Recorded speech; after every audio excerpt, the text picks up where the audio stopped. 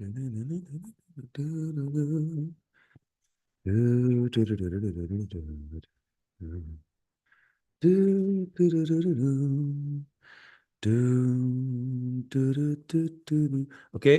I think we're good. Why does it look like this is out of focus? Okay, I think we're good. Yeah, okay. Hello, hello, welcome, welcome. Let's do this. Canadian Homestead live search. We're gonna have some fun and we're gonna look at Canadian properties.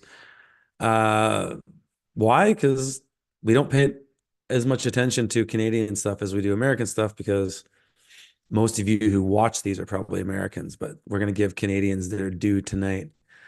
And I'm going to go on Google Earth Pro and well, we'll toggle between realtor.ca and Google Earth Pro, and we're just going to find people land, get you on the land, man, get you out of the urban hellhole, get you on the land. And this is something I do a lot of. So what we're doing tonight, it'll be fun. It'll be interactive. You guys can super chat me. You can throw properties at me. You can't share links in the YouTube chat. However, you can share an MLS number, and Paul Burnett shared one, and I could basically take that number, put it into realtor.ca. We're using CA tonight, not .com, because we're doing Canadian stuff. And I could, boom, find the listing. I'll look at the listing a bit and I'll share my screen and then we'll find it on Google Earth Pro. Sometimes we won't need to. It's not always necessary to look at a property on Google Earth Pro. Sometimes the topography of a property is so obvious, and if there's good photography, drone photography in particular on a listing, it will be easy to tell. And so sometimes you don't need to do Google Earth Pro. Sometimes it's a pain too. Um, so because of like raw land, for example, it doesn't just have an address that you can search. So you kind of have to tinker around, and sometimes doing that live is a bit of a pain. However, Matthew is going to be watching the stream tonight. Shout out to him if he is right now.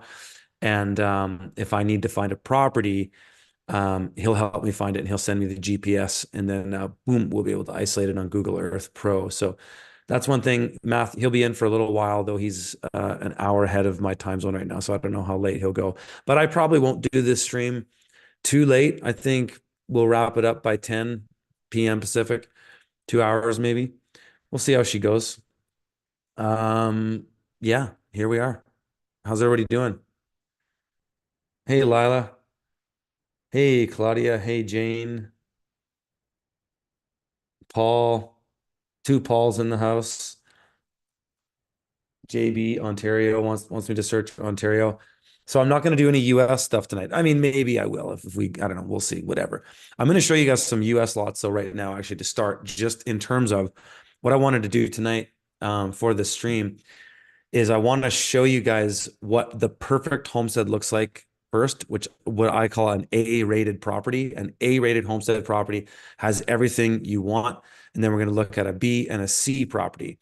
And basically, each of those letters represent a letter grade that essentially represent the amount of resources that need to be put into a homestead or a piece of property to get it to a place where it has everything you need, primarily the capacity for food, water, energy, shelter. Those four things. So we want to see fields for growing. We want to see multiple water sources. We want to see a half decent house. We want to see some infrastructure for farming or a big shop, stuff like that. You'll see. I'm going to show you some slides in a minute here. Matthew actually helped put these together for me today. But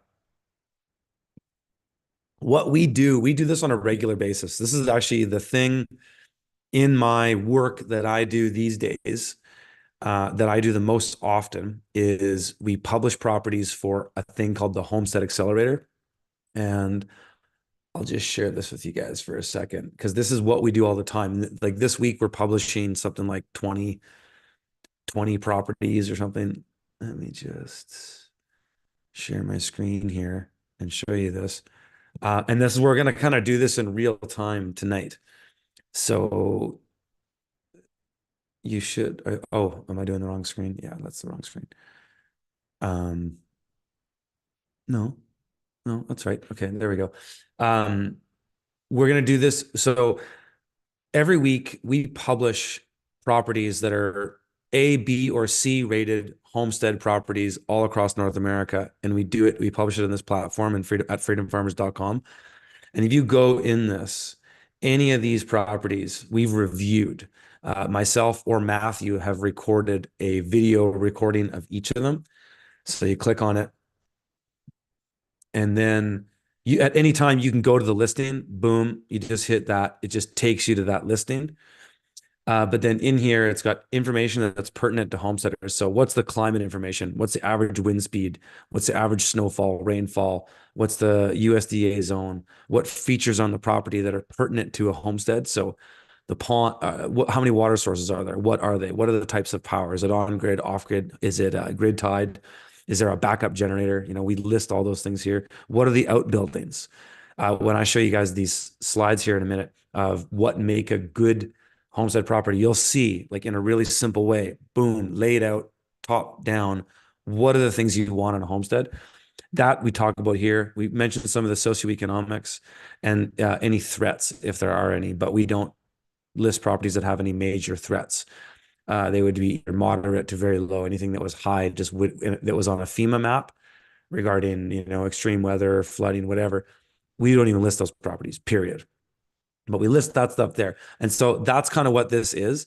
And so what we're going to do tonight is I'm going to do this in real time. So when we find properties for this, we have a whole sort of process, call it. We have a very methodical process involving multiple people, and over time we can scan the market, find properties, and we have a way of setting them up and getting them on here every single week. It's a ton of work. And so what I'm going to do tonight is going to be kind of like that, but when we do this, it's a lot different because there's more people involved. I'm doing it on the fly and kind of showing you how you might do it yourself, if and when you do this, and how you might organize it. What you might want to do. So to start, what you might have when you're doing this is just like a little notepad with you, and you might just be on your computer and looking at stuff, making notes, or you might have a spreadsheet that you dump uh, kind of a short list into, and then you can sort that yourself. You might put in there features that you really want or features that you don't want. So what that might, was what I tell people who are looking for properties. The first thing you want to do is come up with a list of things that you really want. And I call it the negotiables and non-negotiables. So things that you can negotiate on, that for a yes or a no. It's like, yeah, I could have this or I could not, and I can live with it. Those are the negotiables. The non-negotiables are, I need this specific thing or I do not want this specific thing. And so you go through and make a list of those things. And it's sitting down with your spouse or your partner or whatever, and figuring that out and then being like, this is what we want. Now let's go and look for those things. So tonight we're going to do that with sort of an open framework in that, right? Because those things are ultimately the things that set up the context for which your whole lens of searching is formatted on. Okay. And so we don't have that. So what we're going to do tonight is I'm going to look at things, and you're going to just trust my taste because you're not on the call. So I'm going to tell you what makes a good homestead.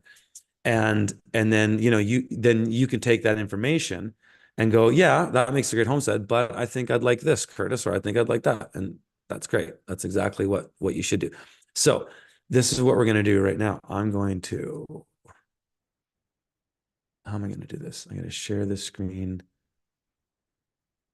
over here. I'm going to put this thing over here, and I won't see the chat when I'm just showing these slides here, but you guys will see in a second. Okay, Matthew will be in shortly. No worries, Matthew. That's all good. Zoom. Let's share this desktop screen here. And then I'm going to go to these slides, and you guys should see that slide right now. Okay, right now we're going to talk about what makes an optimum homestead, in my opinion, in the work that I've done, the team that I work with, helping people get on the land. This is what makes a great homestead. So an A property is the top of the heap. It's essentially turnkey. It's got everything you need there. Not much needs to be invested. Typically, A properties cost more money because they have everything you need, right? So they're turnkey, and of course that is going to the price of that is going to vary depending on whatever market you're in, right? West Virginia real estate in the U.S. costs a lot more than Missouri, and so that's gonna change. Oh, what happened there? Did I did I lose my slides for a second? There we go. Sorry, guys. That might change, state to state. So either way, so we got a top-down shot here. This property is 16 acres. It's in Pine City, New York, and we're going to talk about Canadian properties all tonight, but tonight I'm just using random examples to show you what makes a perfect homestead. So don't get hung up on the fact that this is in New York and you might be joining late saying, "Hey, Curtis, you said you were going to talk Canadian stuff." We are. These are just boilerplate examples. So an A property, you got everything you need. So you can see here in the image, we got a pond. We got the house in the center. We've got a nice driveway that comes in that has a nice private access offset from the road. So there's no visibility of your in the inside of your homestead from the road whatsoever. Nobody driving by this road can see your house or anything you're doing. That's great. That's what you want. Um, and it's an easy access in. It's not a windy driveway. It's just a simple shot in, getting you into a bit of a turnaround driveway here, where you have a house and another type of outbuilding, probably a shop, a high ceiling shop, a steel building type thing. Fantastic for farms. Um, you've got fields for growing on the side from the property. In and around the property, you've got lots of open area that you can move around. So that's really good for zones of use. It's really good for access and circulation. Uh, the property has got a lot of trees around it too. Like 16 acres isn't that big. I like bigger, but for 16 acres, this is extraordinarily laid out well. And you can even see 10-acre properties that can be this laid out well, especially if they're backing state land or a crown land, what we call in Canada. So we've got all those trees for privacy, vegetation and wildlife, hunting, trapping, growing mushrooms, wild foraging, building tree forts for your kids. It's a windbreak. Trees on your property are crucial. So this property pretty much just checks all the lists of everything that makes a perfect homestead so that you can facilitate the growing food, experiencing the land, being in a healthy, clean environment, having multiple sources of water. Whether you're off grid or not, isn't necessarily part of an A property. It's a context thing though, and that might be your context. I want to be off grid, but we don't necessarily use it as a tick mark for saying it's an A or not. It's just part of an overall thing that's up to you. But everything you can see here, it's amazing. We've got everything we need, all the infrastructure. There's food, water, energy, shelter. It's all here. All of it is there. And a lot of wildlife in a rural area, lots of green. The climate here is very nice. It's a zone 8A, CFA, which is the temperate climates of the southeast of the United States. Um, Weaknesses on the side, no major weaknesses apart from the size of the parcel, which limits development of the property, which is correct. However, because of the way the driveway is laid out and it turns in the center of this square, that creates a lot of potential for what we call zones of use. Now, you could stack on other buildings on the right side where this starts to turn at like a J. You could have other buildings in and around there. So yes, it's smaller, but it's set up so well that you could add a lot of other infrastructure in this, be it greenhouses, other buildings, barns, animal buildings and infrastructure, chicken coops, you name it.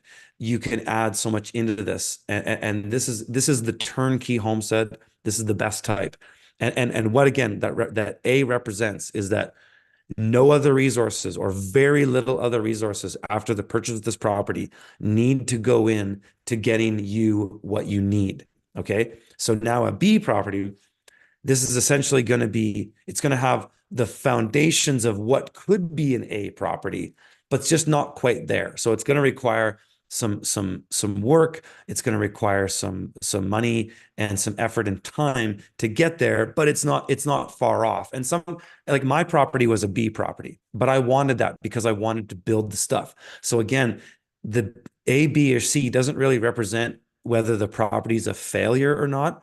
It represents resources required to make it perfect. So a B property with potential that requires a moderate investment of resources to obtain food, water, energy, shelter, and security. So big strengths of this property. Well, so this is in Naples, Texas. It's 30 acres, 435,000. It's a CFA, so temperate, and 8B. So it was a little bit warmer of this last place in Pine City, New York, which is a neat microclimate.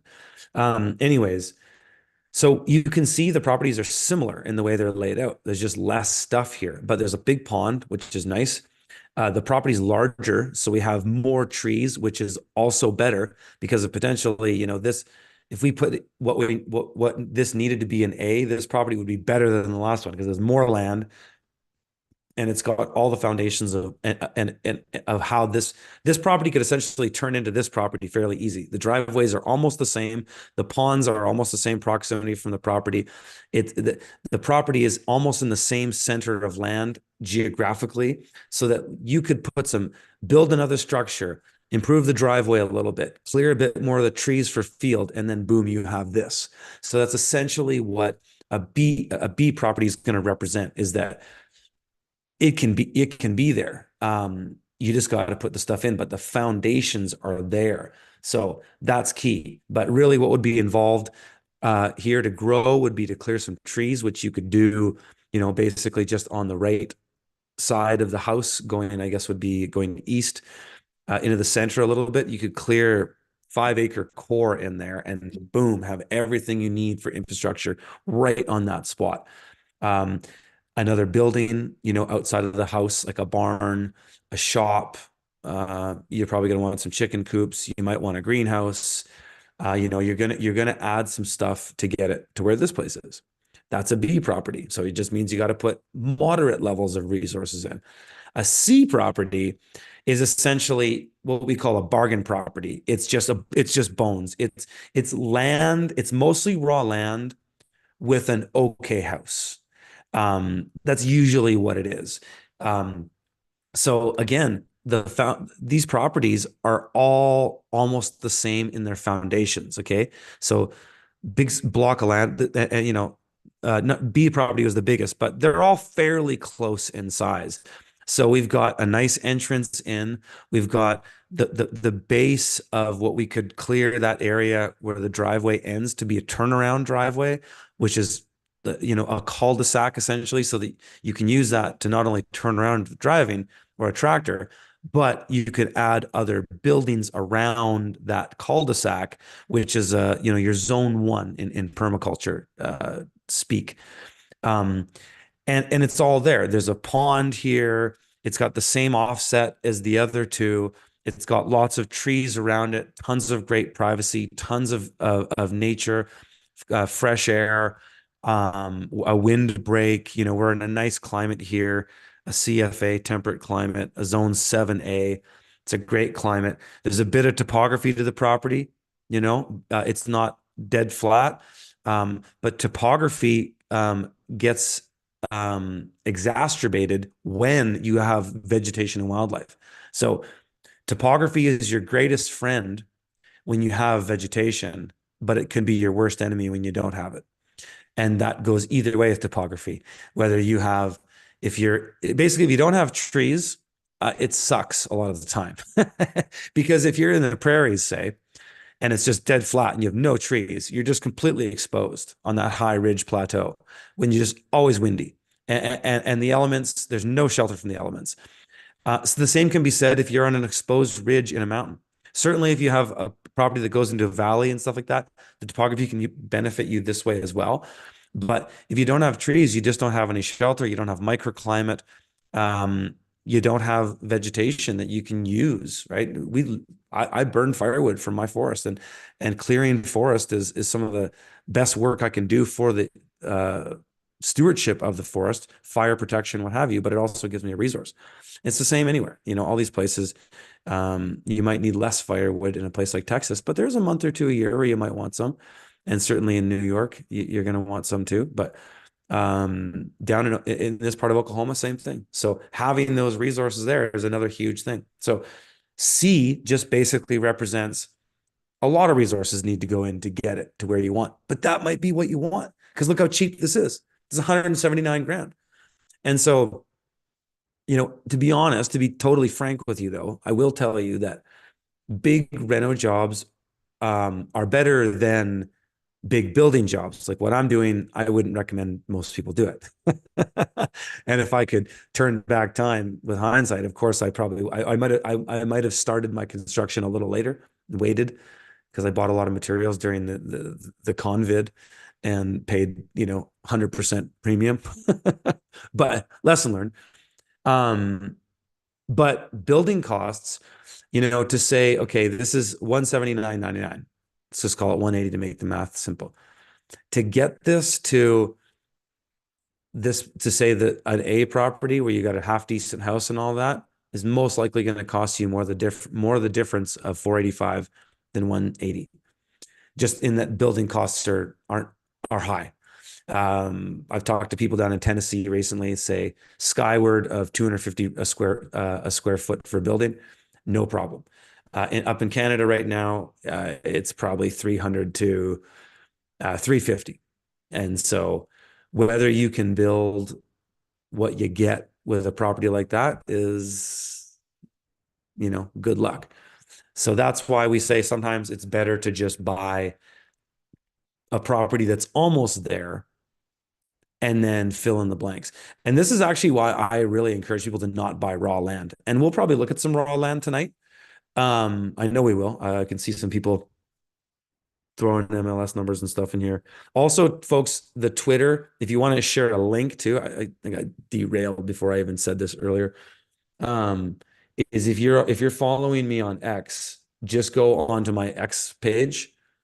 Okay, I'll just show you here. I'll just share the screen here real quick. Go onto the X page and go to my profile and then put something in here. So there's already a thread in here. People have been doing that. What have we got? Whoops. Is that an XMLS number? Check Ontario. So you can also share links in that thread if you want to do that as well. And I'll share that with you guys here in there we go. All right. So before we get into that, I'll just kind of check in with you guys, check in with how's everybody doing? You guys having a good time? How's this Canadian bacon for you? Now we're about to get Canadian. Um, and just see you guys are saying in the chat. Shakti. Hey, Shakti is one of my favorite bands with John McLaughlin. Blessings to you, Curtis, and your family and friends. Thank you. Hey, you're welcome, man or woman. Thank you very much. Strawman's got a place in Black Creek, BC. Um, Curtis, do you please do properties in Oaxaca, Mexico? Not tonight, but we have published properties in the Homestead Accelerator in Mexico, and we publish properties basically based on what people are asking, and so our team has grown a bit with the Homestead Accelerator, and so we have more resources now. We're putting out more properties right now than we've put out in a long time, like 25 a week or something. It's been crazy. Um, so yeah, Carrie from Woodstock, Ontario. Deba, hey Curtis from Connecticut, welcome, welcome. Yeah, Red Deer, Alberta, Grand Forks, BC. Claudia, places you can recommend, BC. Yeah, all right. And have I got Matthew in the house? Matthew, are you yeah, he's in the house. He's typing. Sweet. Okay, he's on it. Right on. Okay, let's do this. Open this all props to GPS. Okay, fantastic. Oh, right on. Matthew's already found some of you guys' properties. Right on, dude. Okay, so let's see. And if you got the oh, fantastic. And oh, dude, Matthew, you're awesome, dude. And you got the listing right there. Let's do it. We're just gonna jump right in to looking at people's recommendations. So I'm gonna get my Zoom. How am I gonna do that? To go between whatever. We'll do this. I don't even need it. It doesn't matter. Okay, let's go and share my screen here. Matthew's got the boom. Fantastic, dude. Thank you. Oops. Oh, where's my Zoom screen?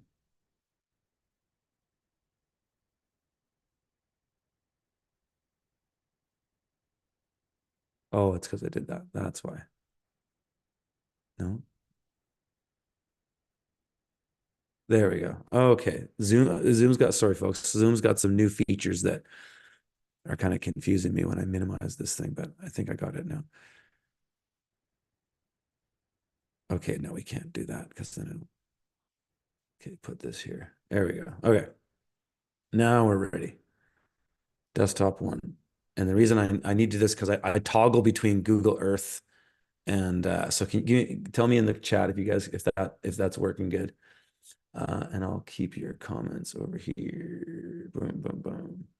All right. Okay. So the first property we're going to check out is Ryan recommended.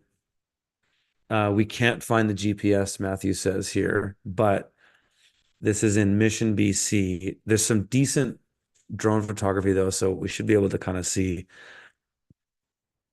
what's going on. What's this weird artifact with the, what is that? They're like hiding something. That's so weird. You guys see that? That's like a Photoshop thing. That's weird. Oh, that's so fucking weird. Am I tripping? Like, what is that? Anyways, okay. Yeah. It's right on a road, but it looks like that road ends here. So it's not too public, right up against the mountain. Now, hopefully, this is to the south. And when we look on the map, at least on the listing here, we'll probably be able to tell that. We don't need to go on Google Earth. We can see, we're fairly flat. We got this creek or brook coming through the property there. Big field.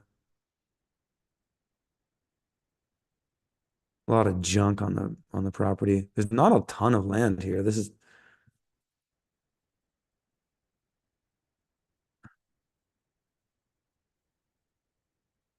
huh. Oh yeah. Fields aren't that big. Okay, there's some stuff there. Okay.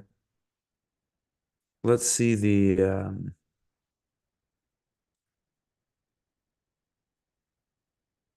10 acres. Yeah, it's not very big.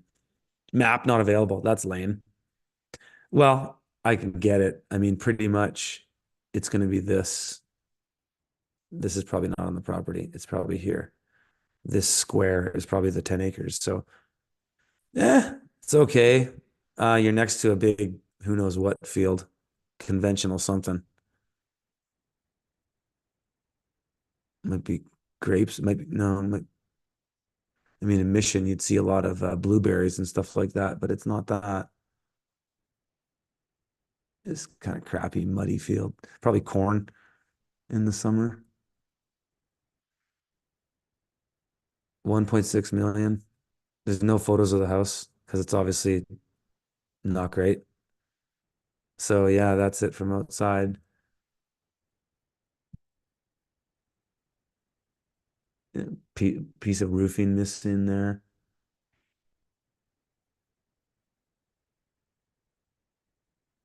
Yeah, I mean, and then what the hell? What is that? That's so weird. It's a dead body there or something, and then just like do some use the magic wand tool in Photoshop and just replicate some of these branches, and it's like that's so weird. Yeah, I don't know about that one, Ryan. I wouldn't. I wouldn't bother. I don't know. Doesn't look great to me. The topography is not great. I don't even know how it's orientated. I mean, if it's in Mission, the mountains are on the north. It's most likely going to be that's going to be the south. So that's okay. You're next to this big crappy conventional field. It's 1.1 million. The the 10 acres isn't that great because there's not it's a lot of wet. It's so wet here too. There's not a lot of big open areas. Yeah, you could clear some in here. Lots of just blackberry and invasive coastal stuff in there. It's not great, in my opinion. It's definitely not worth what they're asking, but that's BC in general. So, nah, I wouldn't list a property like that. So this place is in, oh, who's giving us Missouri? You guys, we're not doing Missouri. We're doing Canadian stuff. I'm sorry. Matthew, just do Canadian stuff. Um, because that's what I said I was going to do. So that's what I'm going to do. We look at properties in Missouri every week. Rural Leduc County, Alberta. So 161, that's a full quarter section. Why it's over that is interesting, but this quarter has lots of trees and is partially fenced with power at the yard site. There's an old beautiful house and trailer that are included, but may not be able to be lived in. The old crack shack. 3,800 plus. Oh, is the lease revenue per year. Okay, it's basically raw land with some stuff on it that was built in 1940. It's been on the market 76 days and it's 161 acres. Matthew says he's got the GPS right here. Let's just see if I can pull that in here. Yeah, boom. Let's see.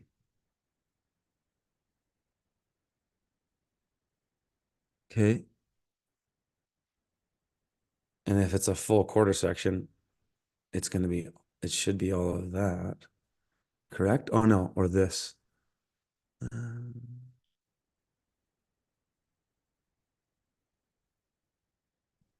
is that the quarter? Yeah. Well, bigger than that. Oh, that's weird. Oh, it's right there. So that's it right there.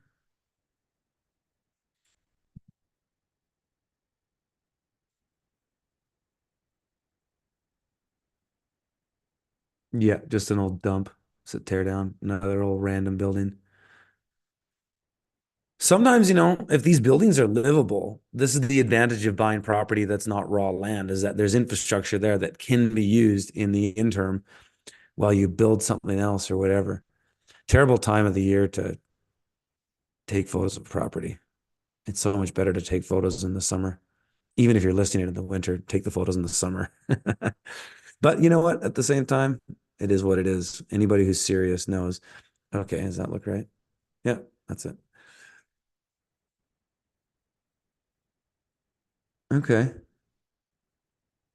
I mean, the photos tell us very little. You can see trees, open areas, some fencing, some driveway landings.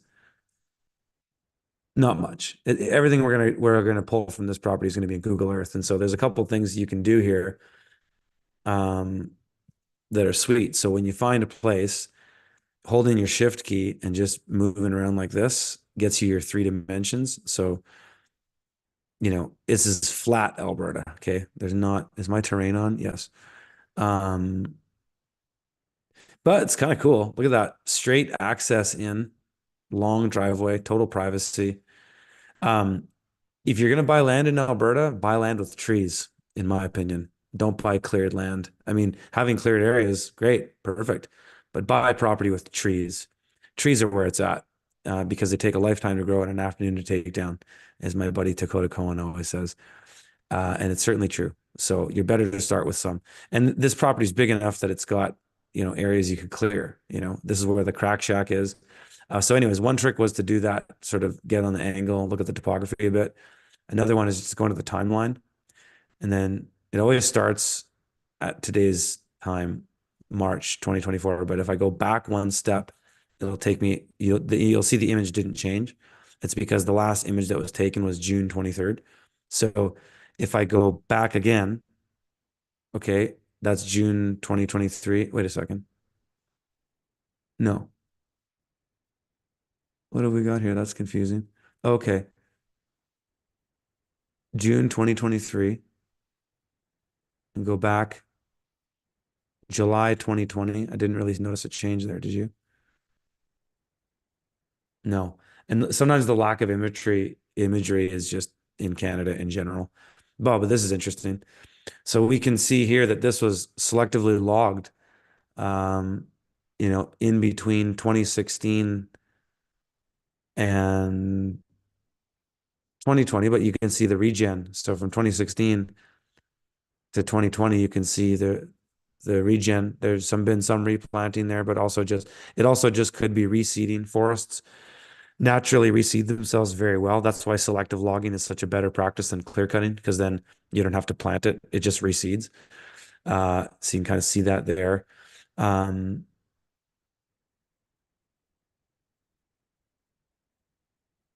no, it was logged a while ago, actually. It was just we were just looking at different seasons there. But yeah, 1985, that tells us nothing.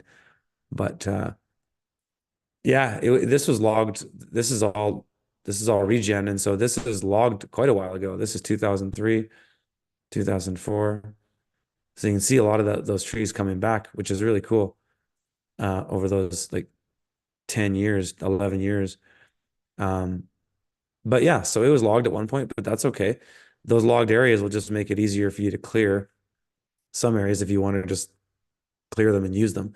Or you can let those trees grow back and in 20 years harvest them and make $500,000 on them. Um, so yeah, it's cool. It's a cool property. I mean, there's nothing here. Oh, that's where all this stuff is in here. Oh, that's interesting. So this is a whole other access. That's cool.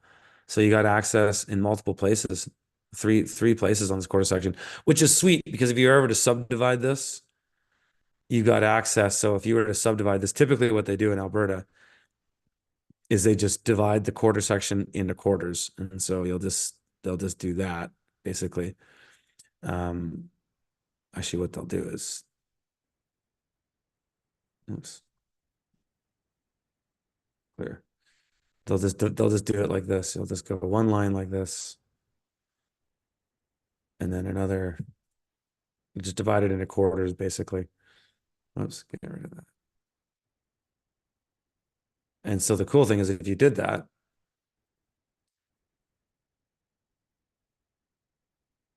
two, three of those sections have their own access. So that's a plus as far as, this is almost raw land, but that's a plus. So, whoops, I didn't save, whatever. So you have access on this quarter, you'd have access on this quarter, you'd have access on the top of this same quarter, you got access on this quarter, and you actually might be able to,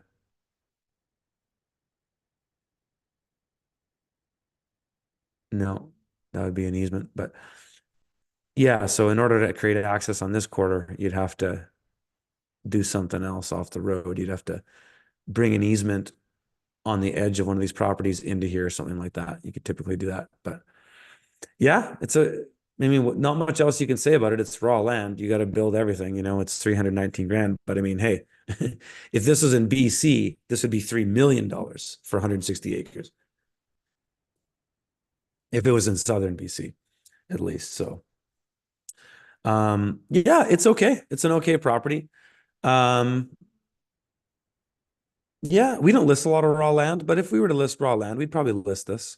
Of course, all raw lands are C properties or even lower because there's nothing there, right? So the amount of resources that, to go in here now and build um, a half decent home and a shop, a better driveway, maybe you want a pond, um, you want some fields, so you got to clear some trees. You're looking at $1 million, at least, $1 million, unless you're just going to build a yurt and live in a yurt. But if you're going to build a house for a family, um, you're going to spend, let's say you just wanted to do a yurt. Let's say you're a couple and you got a young baby and you're willing to live in a yurt for a few years, which you could do. You can build a yurt for less than $100,000. And then you probably want to build a shop. If you're a guy who's going to be like doing a bunch of shit on this land over the years, you have to have a shop. So you're going to do that. Yeah, you could probably start on $300,000 and really get going if you could live poor for a while. Well, not poor, but really simple. And with work, because like living in a yurt is a lot of work because you got to keep that fire going and nonstop to keep that place warm, especially in a place like Alberta. But it is possible. People have done it. So, food for thought there. Um, Next one here is from Mio.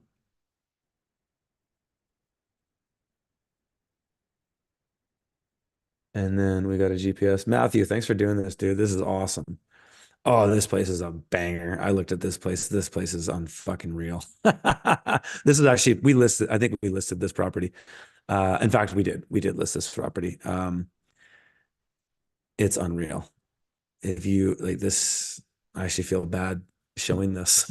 It's just too good. It's just insane. It has its own lake. Okay, so check it out. It's a full quarter section. Okay, so it's that. It has its own lake. Okay, and look at this. You got fields. You got another small pond there. You've got the house. You got farm infrastructure. You got animal infrastructure. You got tons of trees. Zoom back a little bit. You're in another microclimate because you're going to get lake effect off this Pigeon Lake here. You got a small lake effect on this sort of Finger Lake here. This property is unreal. This property is absolutely unreal, and I'll show you the the listing too. It's not the house isn't the Shangri-La, but it's livable. It's half decent, but the property is a banger. Like this property is insane. If a property like this was in BC, it would be $4 or $5 million.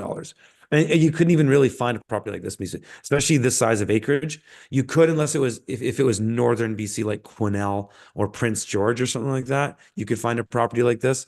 It would still cost more than this, but this property is absolutely insane. So, yeah, it's like okay house, right?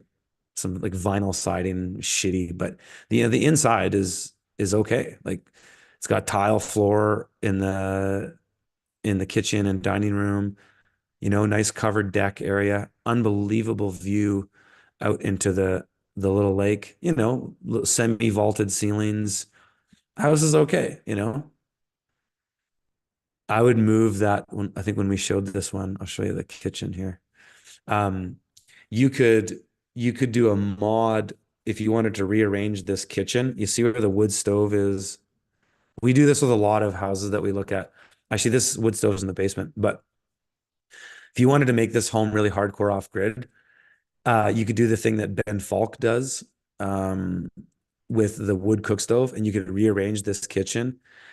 I just totally reno this kitchen. I just rebuild it and restructure the open space. But you'd have a wood cook stove in here, and you'd put it right around where this island is, and it'd be the hearth in the center of that whole living space upstairs, and it would now be heating inside of the house, not on the wall, like so many houses do with wood stoves, which is inefficient inside, and then you'd be cooking on there, doing your domestic hot water, and you're heating your home with one stove without any electricity, and then gravity siphoning your thermal siphoning your water into a hot water tank above or somewhere below or somewhere around, and you could pump to it as well. But you could change the game on a house like this by doing something like that.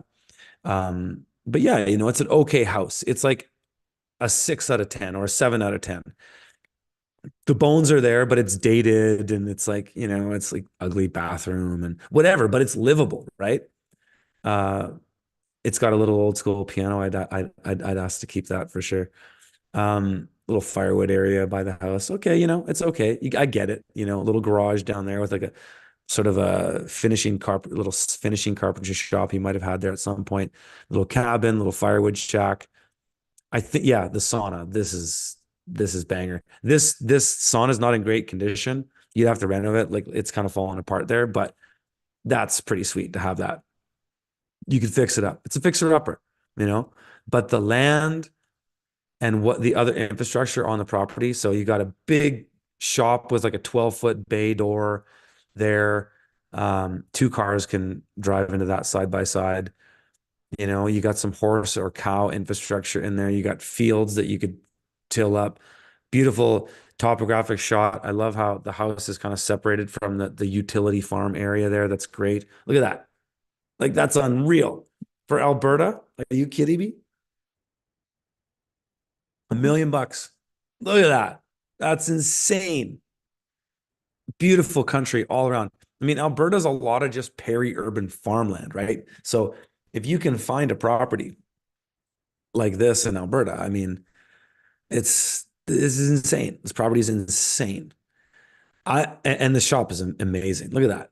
Nice mezzanine up there. You can have like a whole business office up there or something like that. It's unreal. The property is unreal. And then just check it out, man. I mean, this is incredible. Incredible. Total microclimate effect from that, from that lake. Total microclimate effect. And you're not as deep in the Chinook zone as you are when you get further over here. So, um, this is just a total banger. Total banger. A-rated property, absolutely.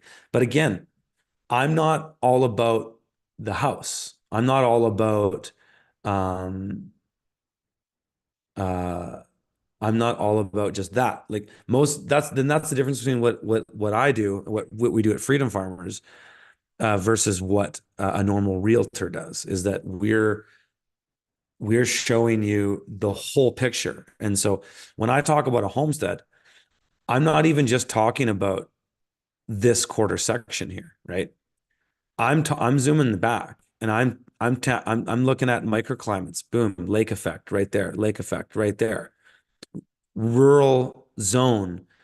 So peri-urban open fields, boring, don't want to live there, full of chemicals, don't really want to live there, generally speaking. Rural areas, trees, dynamic topography, vegetation and wildlife, cleaner air, wind breaks, microclimates.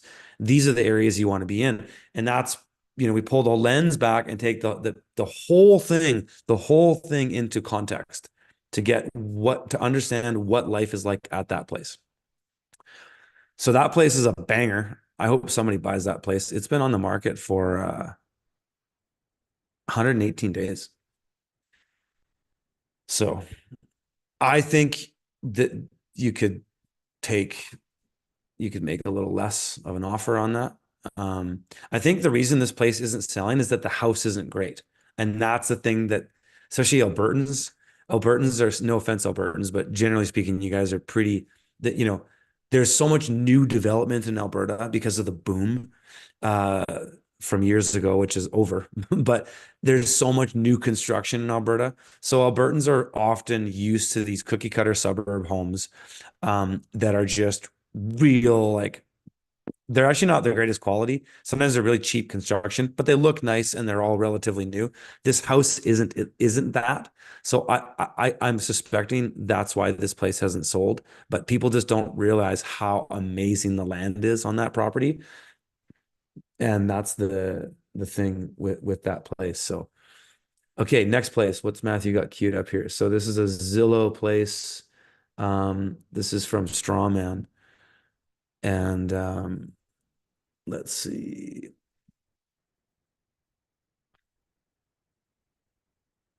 And Matthew's even adding notes in for me. Dude, you're the best.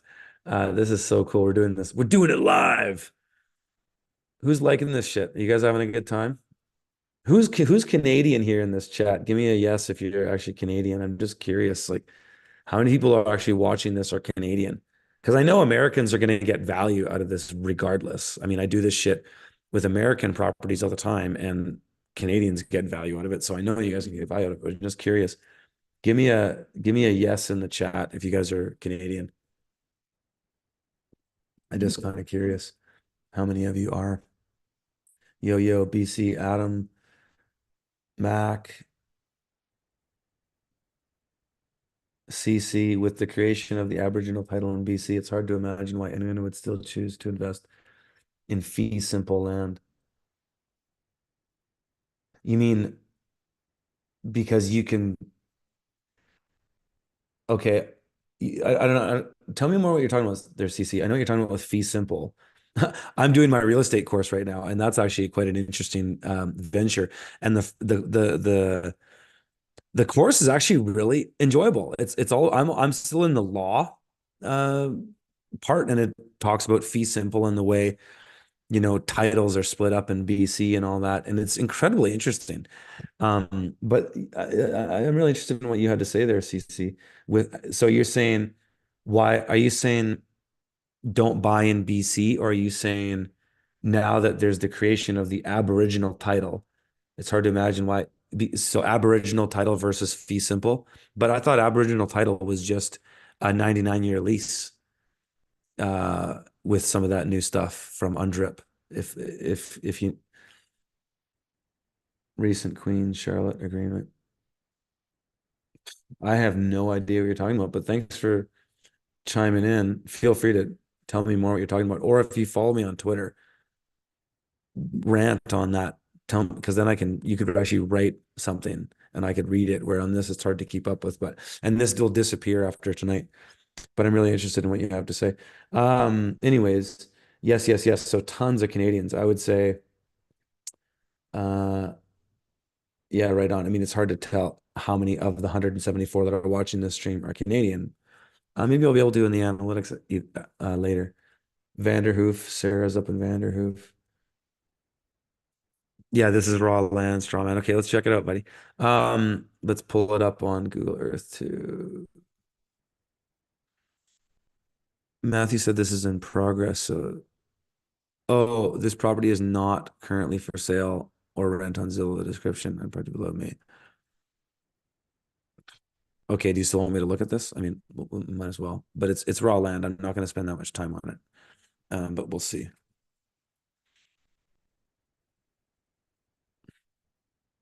Okay, wow, right over here. Um, is like a mill next door or something? Or is it a farm? Those look like tarps on a market garden. That looks like a greenhouse. Huh. Neat.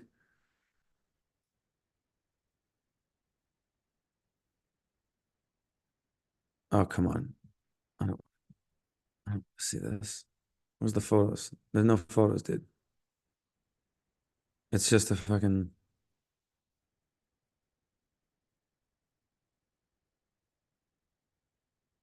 the 900 square. So there's a single family home. So is it this?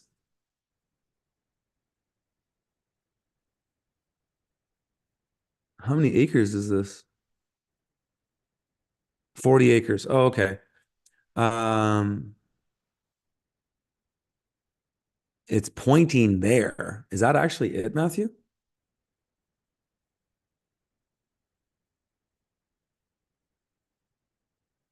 Oh, he's got a note here. Okay, it is. This is it. There's the catchment pond. Okay, so if I just had to guess at property lines, I'd just be like, it's maybe something like this. No, bigger than that. Okay, so if it's 40 acres, then maybe it stretches out back this way because it looks like there's somebody else's property there. Maybe it's something like this. I don't know. Either way, yeah, cool. It's a bit of a mess up front. I don't know with that's why I thought it was a mill because it looked like sawdust or something. But no, these are garden beds. These are like this is like a It's like a market garden, market farm. Big high tunnel there. What's going on with all this? Like raised beds or something? Let's do this. Timeline search.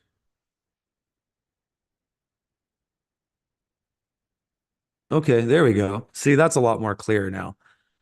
Okay. Yeah, right on. This is sweet. Sweet. I mean, it's off the market. Is assessed at $33,000. That can't be right. What? That's because the assessments um, are on the coast, especially significantly lower. So where are we here? We're up in oh what? We're up by Nanaimo, Campbell River. Okay, we're north of Courtney. Okay. Well, at least you're not close to Nanaimo because Nanaimo has become a proper shite hole. But this is sweet, dude. Yeah, I mean, it doesn't look like it's for sale anymore, but it's a market garden. Geez, it's in a super rural area. It's awesome. It's awesome. You got a nice slice of land. There's no like big ag around. That looks like a golf course. Um, yeah, this is awesome. You know, you're probably a zone 7B or 8A up here. Seven, yeah, no, maybe a 7A up in this part. Um, okay, yeah, that's it, Matthew. Right on. Huh. Cool, man. Yeah, I mean, if we you know, if I knew more about it, we might list this kind of thing. But um, yeah, that's a farm right there. I mean, it's hard. Like, that's obviously not the price. Like, this would have been at least $800,000. I mean, unless the house is a total tear down. But um, so yeah, no, that's cool. Okay, next one here from Ryan. We're gonna look at in Salmo. Okay. And then here's the coordinates. Matthew, thanks for doing this, dude. This is awesome. And if you want to go to bed anytime soon, you know, you got enough. I got one more and then I can just wing it. Um, but this is super helpful that Matthew's doing this. So what Matthew's doing on the back end, guys, is he's reading your chat uh and um and he's finding those properties. He's, you know, pulling the listing if you had just an MLS number or something.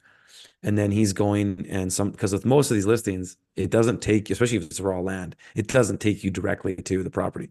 And so we have to manually go and compare images and try to find it, or we can search it in the regional district map or something like that. But yeah, this is super helpful that he's doing this. Um, see, look at this is classic Canadian sketchy imagery. There's just so much less satellite imagery available for us in Canada. So where the hell are we here? This is in Selmo? Man, why? What's up with this imagery? Dude, are we just clouded over perpetually here? Like, fuck. Oh, I mean, I'll take it if that's all there is, but jeez. 2012, 12 years ago. Come on. Look at that. Oh, I'd probably rule this property out right for that reason alone. Right there. Right there. Can you see it? Can you see the elephant in the room? So we're in the northern hemisphere, and how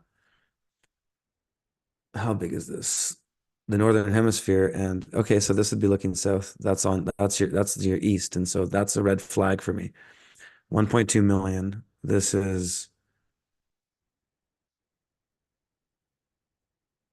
one title is 42 acres and the second is 160, so 117.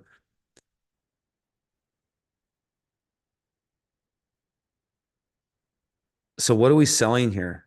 1.2 million for okay. This mostly forested acreage has 3,000 feet of frontage of Rosebud Lake, a small fishing and great little swimming lake that is approximately 40 acres in size. So this title that they're selling is 40 acres. And then there's another 42, and another 117 for a total quarter section, which is 160 acres. Okay. Okay, so he's kind of drawn it out there. There's some power lines there.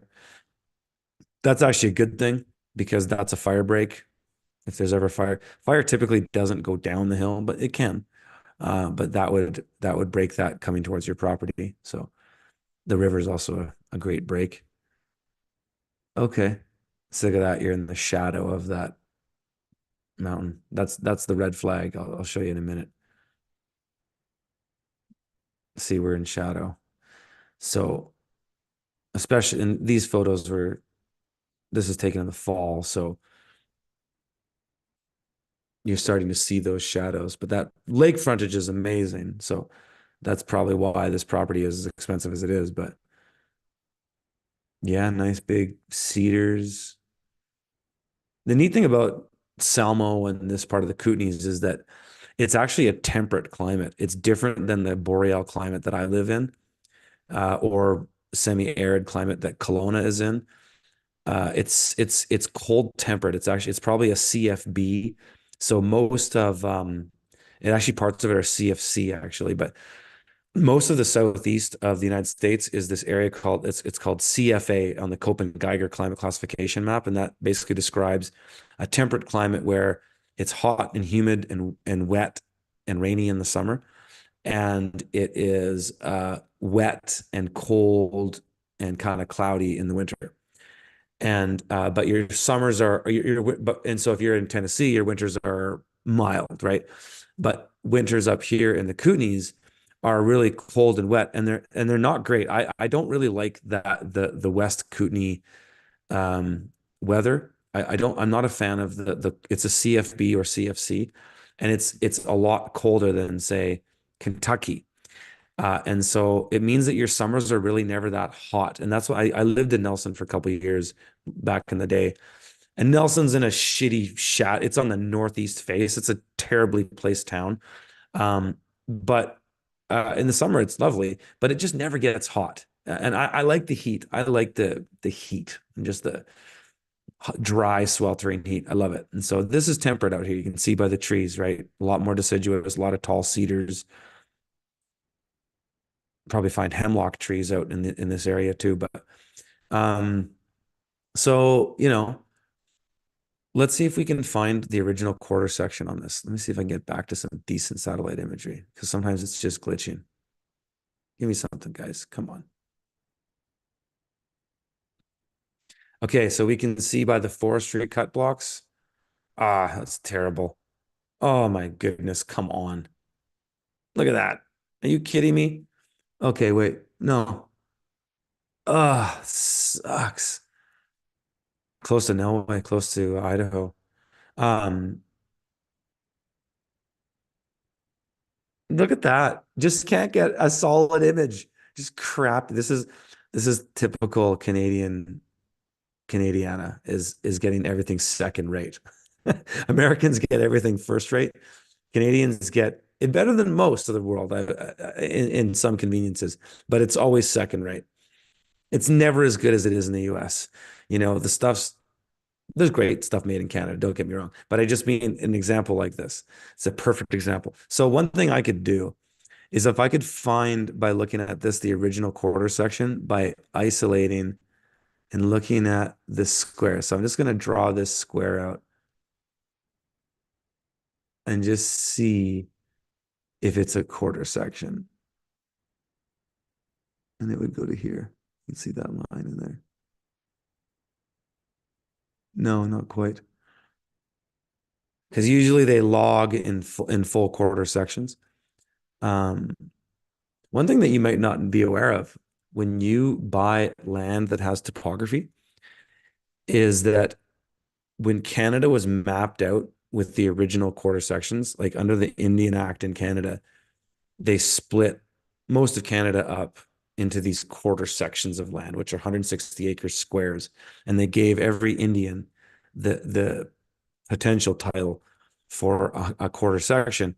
But then that all turned into the reserve system, and then just turned into this big slavery racket, which was terrible and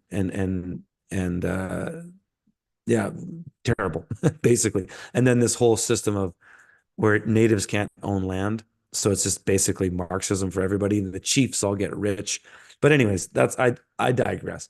Um, that's why we had these quarter sections. And what my point is that land is measured straight down without terrain.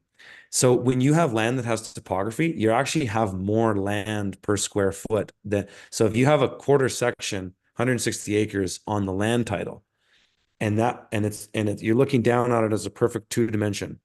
But then when you put in the topography, you actually have more land than 160 acres. That's what's neat about buying property in the mountains. That's what I love about living in the mountains. You actually have more land than you think.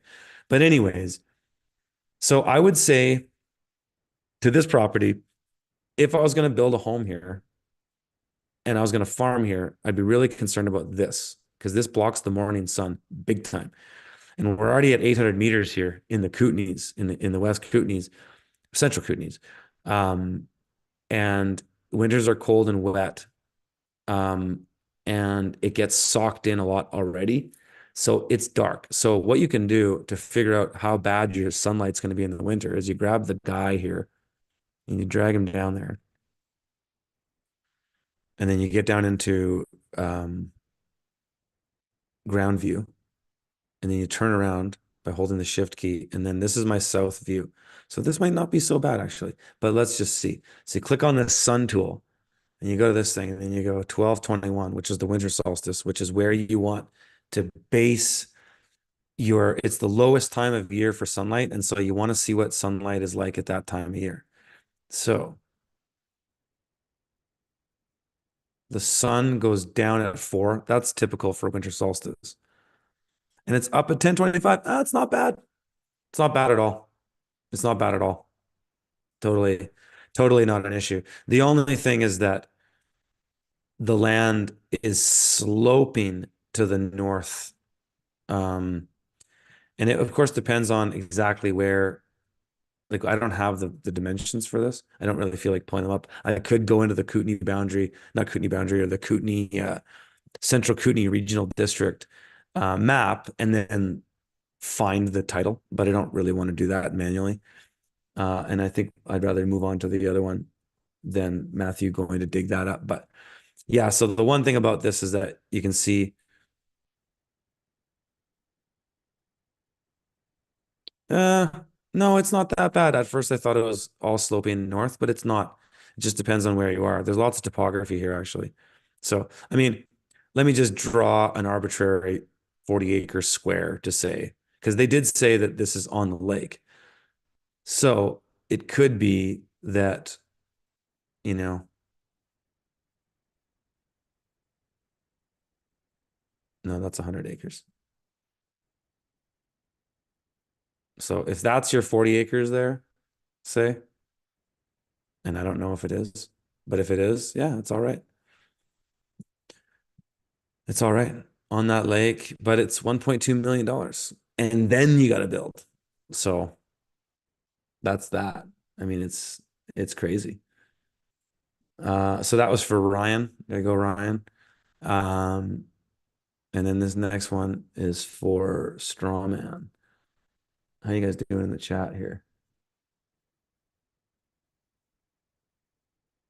Yeah, if somebody's got Ontario, we're all in BC right now. We've been in BC and Alberta. Uh, I haven't looked at Ontario yet. Jane, have you submitted a property? Or do you have a property for me to look at?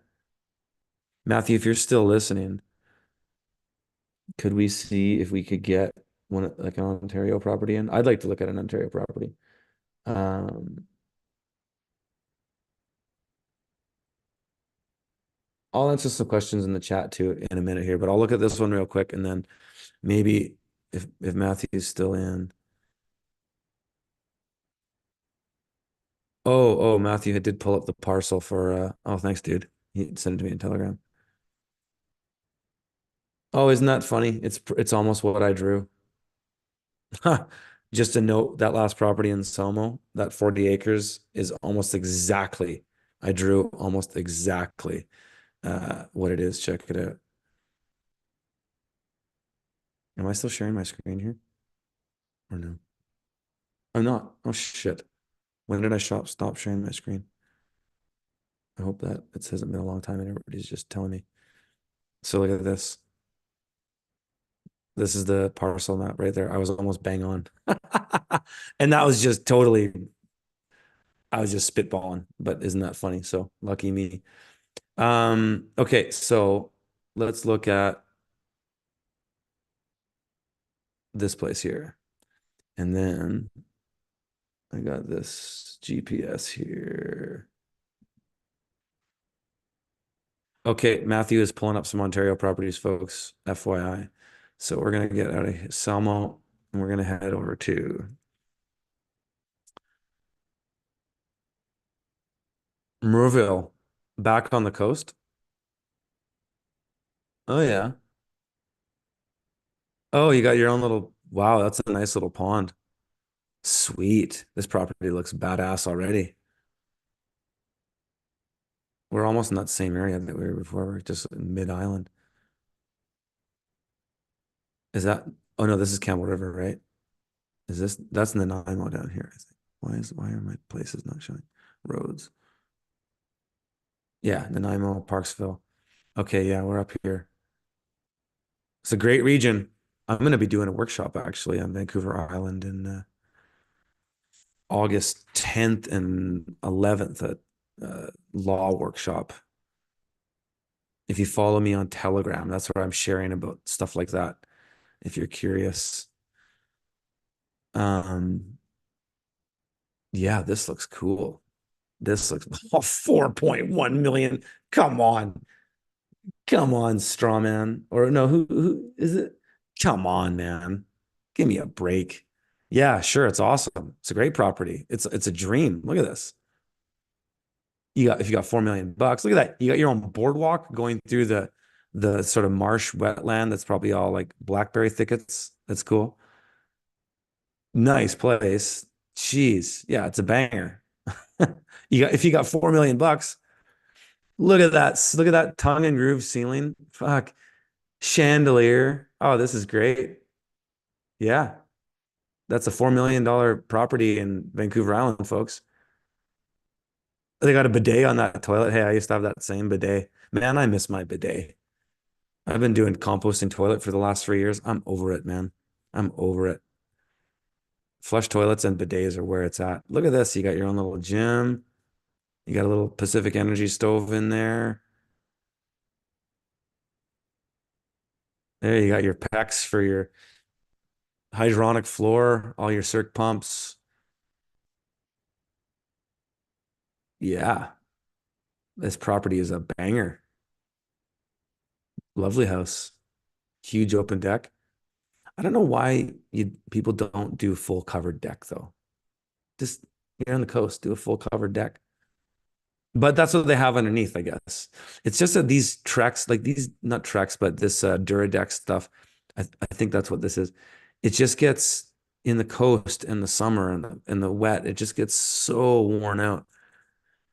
But to do a full overhang is a lot of infrastructure on a home, and I can see why you would do it. It adds to do my over to do my deck over my house because it was added on after. I think it cost an extra 50 grand. So it's not cheap, but look at that. You got a little high tunnel. You got a little pond. You got ducks. Yeah. Property's a total banger. It's got everything you need. It's unreal. Oh, and then, oh, that's right. There's a top deck, the mid deck, and then underneath. Oh, no, no. It's two levels. It's the top deck and then the lower deck. Raised beds. It's like a community garden type thing. It's all fenced for deer. Yeah. Property's a banger. Unreal. Look at this.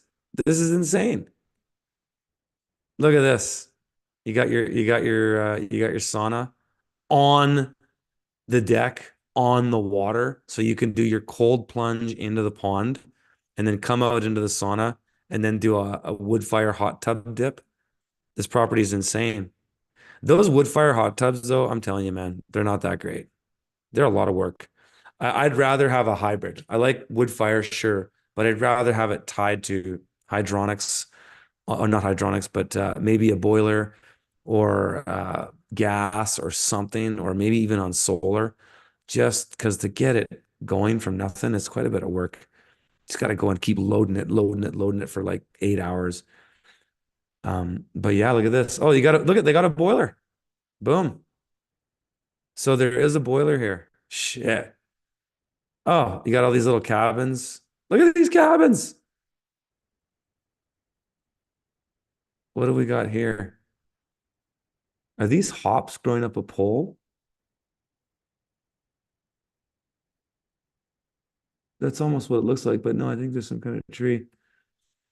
You got your pasture, you got a cow, you got another little shack for animals. I love that. That boardwalk is sweet. This is slick. It's a total, I mean, yeah, it's 4 million, but I mean, shit, it's a total business in a box. Um, it's a resort.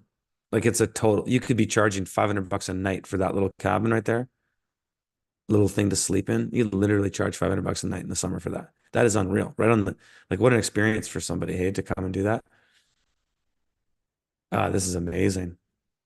Water slide down. This property's unreal. Yeah. Yeah. 4 million bucks. How about it? Like we wouldn't list a property like this because it's not really a homestead. Like it is, but you got 4 million bucks for a homestead? Most people don't. 99.9% of the people that I talk to don't. So it would be cool, but hey Jane, Matt says that he can't find um your MLS number. I'll just put it in here and just see. Oops. No results. Sorry, Jane. Trying to help you. Anyways, we'll take a little break from that. What time are we? We're 9:18. We'll probably only go till 10, as I said. And yeah, I'll look at the chat here. Thunder Bay.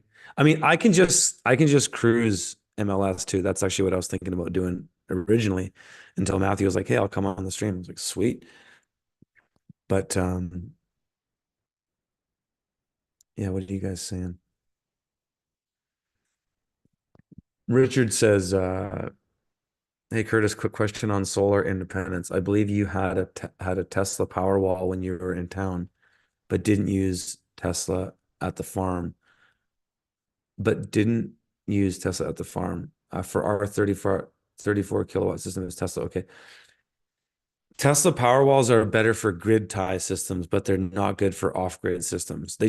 They're not meant for off-grid. They're meant for grid tie. So if you're grid tie, yeah, they're sweet. They're quite expensive though for per kilowatt hour. There's way cheaper batteries. So I wouldn't buy a Tesla Powerwall again, for sure not. It's not worth it. It's just like Tesla's great. They make great products, but that is just kind of bullshit in my opinion. It's not worth like I think I spent 20 grand. Yeah, it was 25 grand Canadian. I spent for my two power walls that were, I think they're 12 and a half kilowatt hours each. So 25. I think that's what it was. 25 kilowatt hours of storage for 20 grand.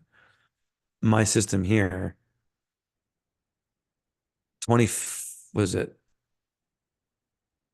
was it 25, 27 grand for 100 kilowatt hours. So four times the amount of kilowatt hours for the money. So I don't I don't really think the Tesla Powerwalls are worth it.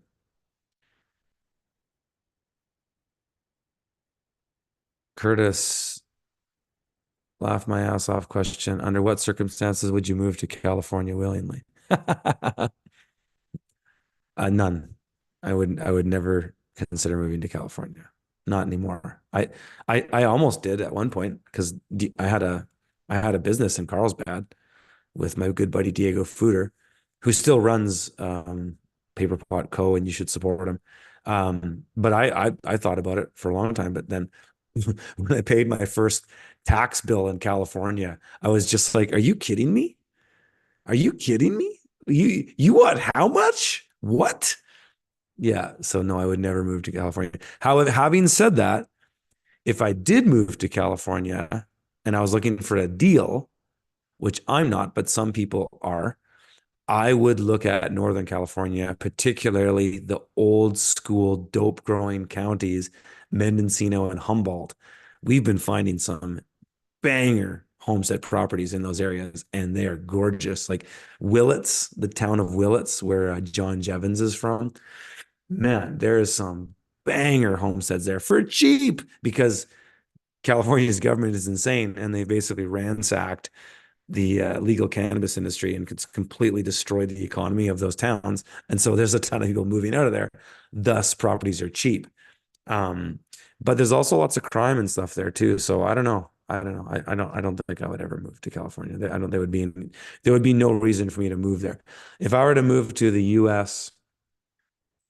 right now, I would most likely move to Missouri.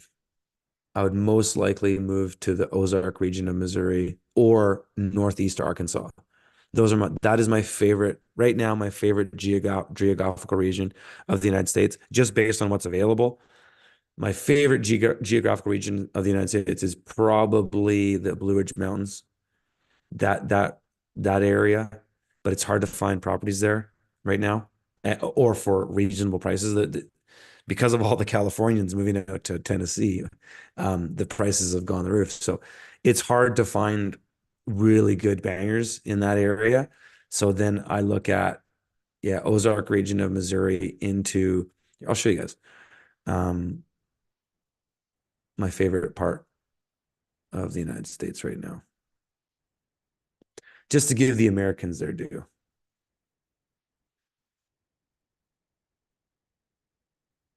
If I had the privilege, as many Americans do, to move to a part, I mean, I'll say this too, actually.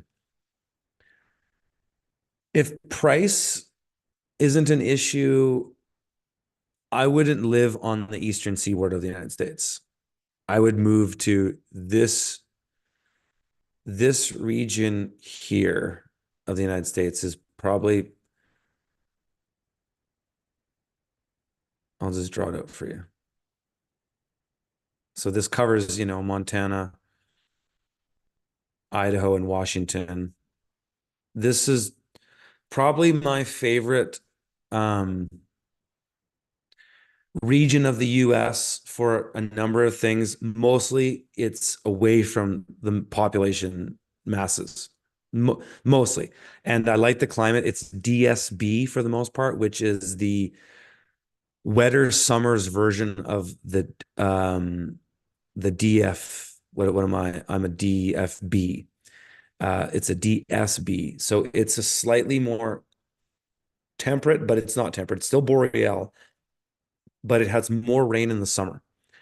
And whereas in this region up here.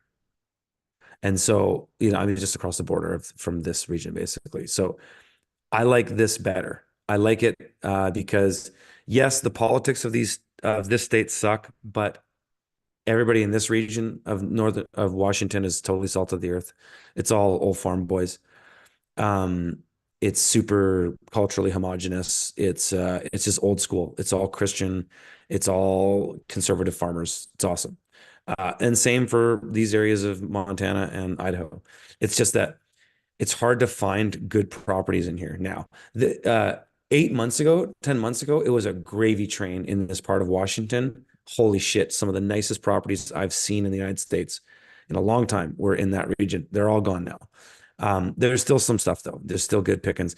Idaho, forget about it. To find anything good in this region is difficult because it's all the Californians are moving there. And so it's just like they're either going there or they're going to Tennessee. And so it's difficult there. And you can find parts in Montana in this region. It's just that the problem with Montana is that it's just not that populated. And so there's just not a lot of inventory. So that's the problem there.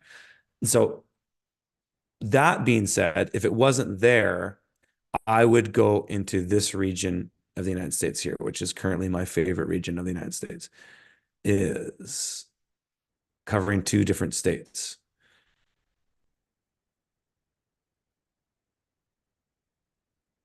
That region right there. That's that if I was in the Eastern Seaboard or if I was just looking for the best value of a homestead right now in the United States, you can find good stuff anywhere.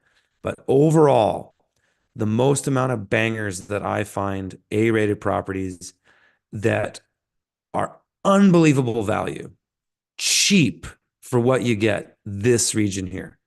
Unbelievable. And I live in Arkansas or Missouri happily. Salt of the earth, old farm folk, a lot of truthers out there now, a lot of just fucking rad people. And I love open carry. Like I'd love to live in Missouri and just have open carry. Like I think that's so badass and so rad too, because there's just no crime. Go figure, right? When everybody's armed, there's no crime. But I like Arkansas too, and so the reason for the this particular area, like why not this part of Missouri? Well, and this is good stuff in here too. Like this is still those Ozark beautiful lakes. So, like all this is good here too. This is all good. But this isn't good.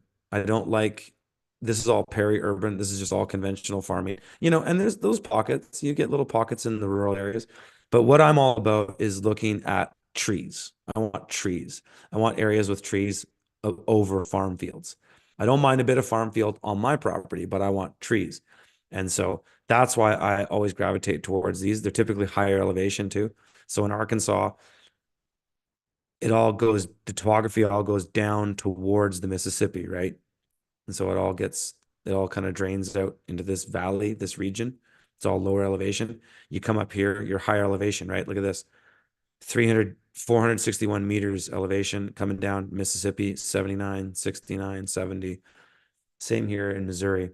So the Mississippi region is a great divide. And isn't that what they call it in the US? Isn't that what they refer to as the Great Divide?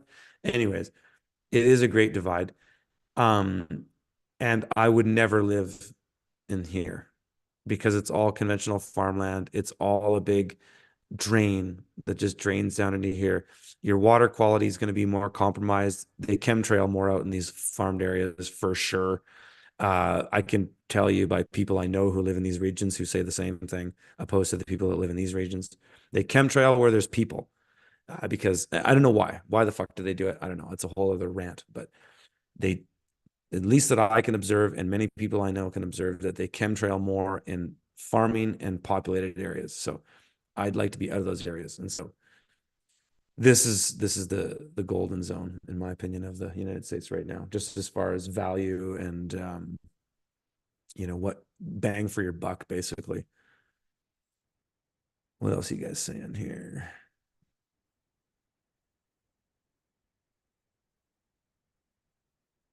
Okay, well, let's do this now. Let's do this. Okay. You guys got to smash the like, share the stream, tell people to get in the stream. Let's get some more numbers in here. And now we're gonna go to and look at. We're just gonna comb now. So I'll just go back into. We'll just go Ontario. We're gonna just go in there and we'll just do it live. Because oh, wait a second. Matthew actually found Jane's property. Let's do it. And then what was that one, Matthew? For Jane. Can't find the MLS listing, or did you find it?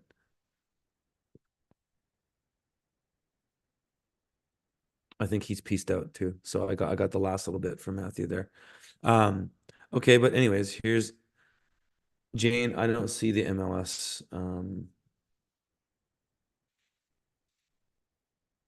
I don't see the MLS, Jane, but I do have your property here on Google Earth. So let's do it live.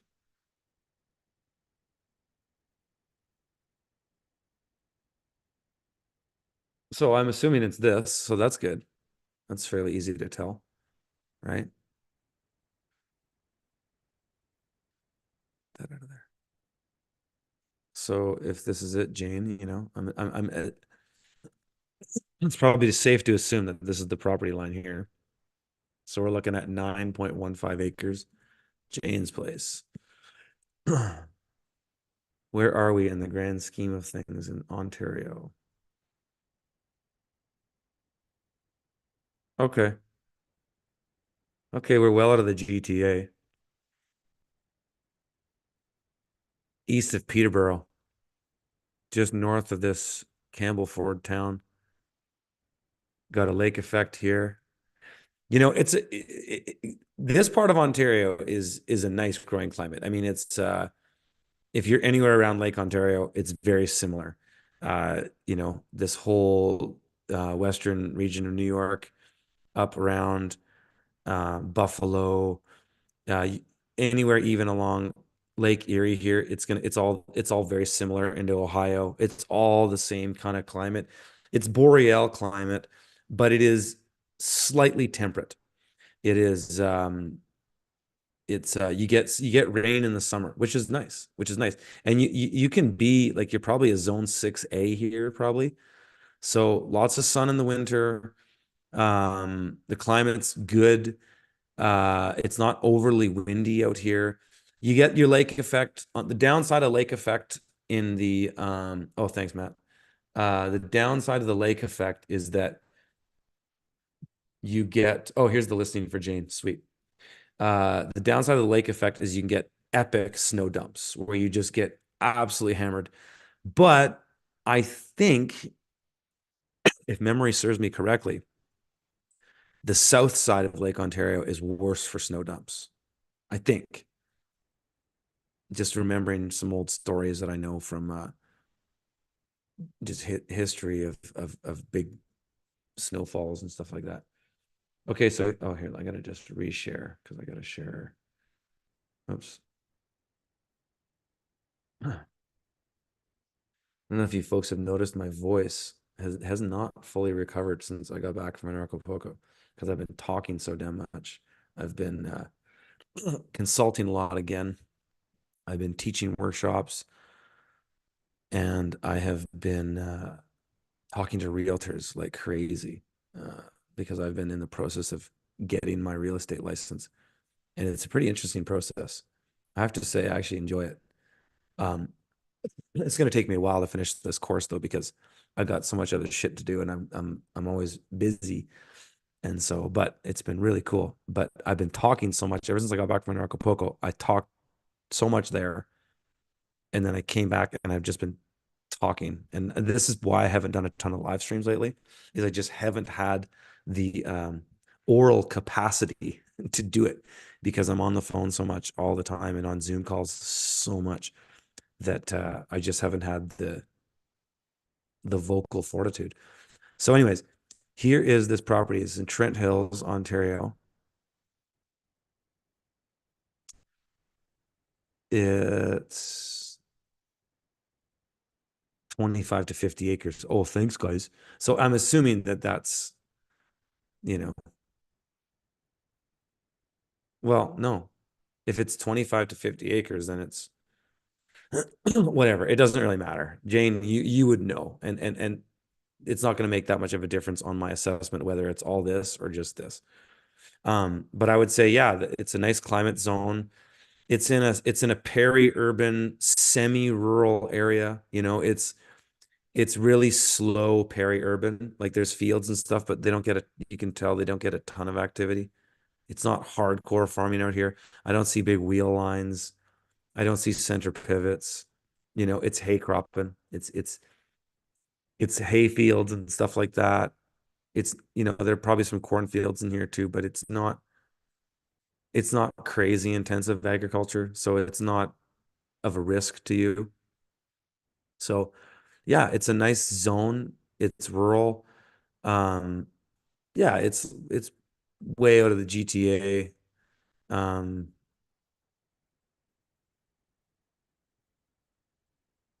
you know, You're still in that Ontario is just Southern Ontario is such a sprawl. Like you can't right north of here is where you start to get rural, right? You can see, right? Because there's less concrete, there's more trees, there's less just obvious quarter sections split it up where the roads are. So you're not quite rural, but you're on the cusp of it, which is good because you're close-ish to civilization, but not so close. You got a big hydroelectric dam here. We reviewed this property. Pretty sure we reviewed this property. Matthew might have done this one, but I think I saw it in the list. Got a little radio tower there.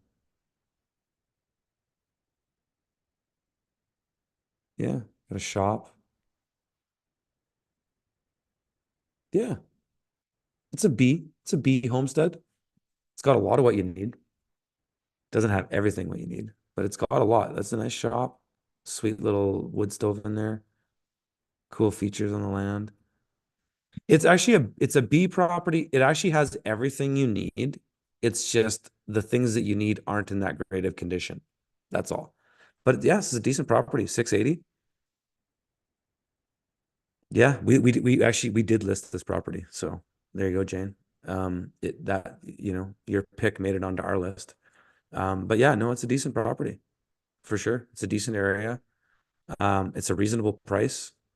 Um, it's not great, but Americans watching, keep in mind, 680 Canadian is probably five. I don't know if I just had to guess 550. Let's see if I just put it in CAD to USD. 680, 1, 2, 3, 500,000, 500,009. So yeah, no, it's a decent property, Jane. I like it. Yeah, it's got the bones of what makes a good homestead. It's got good access. It's got privacy, a bit of privacy off the road, fairly decent, decent access in. Um, yeah, it's a B property because it just if you want more infrastructure, um, it'd be better to have a shop closer to the house, in my opinion. So this might have been more of a barn type thing for farm equipment and tractors and stuff, maybe. Let's see. Yeah, that's the basement. And then, yeah, exactly. Just this kind of stuff. So I would rather have on my homestead, I would rather have a shop right close to the house. And then, probably the intensive gardens right close to the house. And then a chicken coop right close to the house. That's what I would want for an A property. But it's pretty good. Yeah, it's actually quite decent. It's quite decent. Decent, as Bubbles says from who watches Trailer Park Boys. I don't actively watch Trailer Park Boys anymore, but I used to watch that show. I love that show.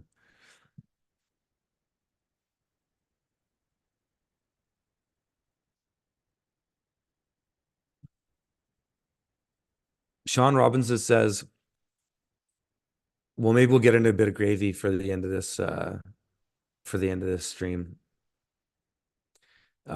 Sean says, and on top of Utah being the best, Curtis, I know you'll understand how important this is. Utah cannot legitimately belong to the corporation of the United States of America. Utah's receipt. Huh, that's interesting. I never heard that before. Um, but Utah is a rough, I don't know, man. I mean, Moab is the coolest little town I've ever been to in my life. And it's unbelievably beautiful out there because it looks like another world.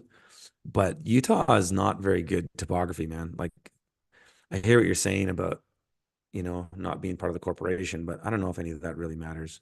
Um, it's I don't know. My whole thing with the law is I just go right into the commerce and I don't really care about title and stuff like that because even fee simple, like CC was mentioning fee simple and all that earlier, we're all passing through. I mean, okay, you got a allodial title. Okay, you own this property forever, but you're gonna die at some point. So yeah, but Utah, that's Utah, man. It's I don't know. I just think it's a rough landscape. Um, you know, these green pockets though, you might find some sweet spots up in here. I've never seen good listings in Utah in these areas. Never once. Not saying they don't exist. I've just never seen them. And I've looked at a lot of fucking properties, people.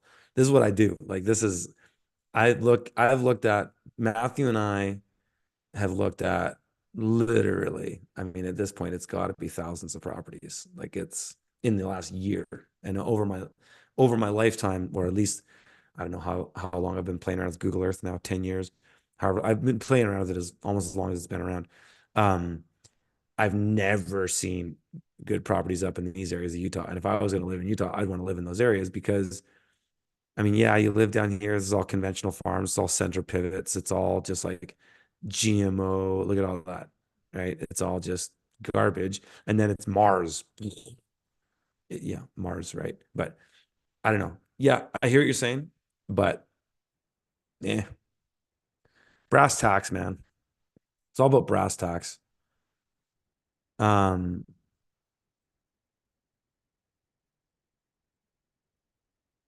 who would I hire to design a food forest on my 200 by 200 foot property? Dakota Cohen. You should hire Dakota Cohen. If you're Canadian, he'll do it for you, and he'll do the best job. Has Diego Footer got an active YouTube channel? I don't know. I haven't checked in. Your guess is as good as mine. Um, Meta the Magi says Kentucky, Tennessee, Missouri, Arkansas are the best. Yes, I agree. Kentucky too. I love Kentucky. I love Tennessee. Tennessee is just Kentucky. We had a string of just absolute bangers in Kentucky. What I like about Kentucky is the Amish. What I don't like about Kentucky is it's a lot of peri-urban in the sense that it's very green, and that's because there's a lot of good forestry, a lot of good forestry, a lot of good farming practices in Kentucky overall because of the Amish and other, regenerative ag farmers. Um, but the lots aren't that big, and it's very spread out. It's populated everywhere. There's not a lot of super just like in the sticks areas, and that's more what I like about Missouri and Arkansas. Tennessee, just you can't do it. There's just you can't get in the sticks anymore. There's 360 degrees around you. There's people like not that far away. And so that's okay. People can be your greatest resource or they can be your biggest liability. I'm more of a biggest liability, you know, viewer perspective on it. That's why I've chosen to live in the sticks. But that's just me. That's just my context. I'm not, I'm not the kind of guy who's I'm not the uber alpha warrior who's going to run into battle. That's not me, you know. If we're talking, Mad Max world, I'm not Mad Max. I'm not on the fucking semi truck with the machine gun in the zombie warfare. I'm on the farm. So I'm on the farm with kids and families, and we're hanging out, we're building stuff, we're farming, So that's that's my prepping strategy, And so I'd rather just be away from the potential liability of violence and the frenzy of starvation and mobilized morons, which I call, the average Walmart shopper. Um, I'd rather just be completely away from those people and just kind of, take my chances out where it's call it the cliche of the American story, man against the elements or man against nature versus man against man. I'd just rather be out man, but for me, it's not man against nature. It's man with nature, um, minus the chemtrailing, which is, I guess, man against man mobilizing nature. But I'd rather just be out in the sticks, and so that's why I've chosen to be where we are because I could go anywhere. I could go anywhere. I've had the great fortune of being running a successful online business for 10 years, and I've been an online entrepreneur for 10 years. So I could literally go and move to Mexico or El Salvador or anywhere in the US. But I've chosen to stay in southern BC, Canada, because I prefer the devil I know than the devil I don't, as far as the state is concerned. And I prefer the mostly white, homogenous culture of rural, you know, interior southern British Columbia. And I prefer the low populations and the resourcefulness of the people that live out in the bush in this region. And so that's why I've chosen to live here. But that's my context, right? That's what are my non-negotiables and negotiables. Those are mine, that's part of mine. So what it is for you might be different, and that's okay. It's not about arguing about, what's a better place to be, because that's just a pointless argument. Like, people, I share stuff on Twitter and just say, hey, check out this killer property in Northern California, and people get butthurt, or they're just like, people just like to argue about nothing, right? Jack Spirko, my buddy, he's chiming in and he's like, yeah, but it's Northern California, dude. Fuck. It's like, dude, I don't want to move there, but somebody might want to move there, and all the power to them. It's like, it's not me. It's not for me to decide. So, um, yeah, that's what I'd say to that.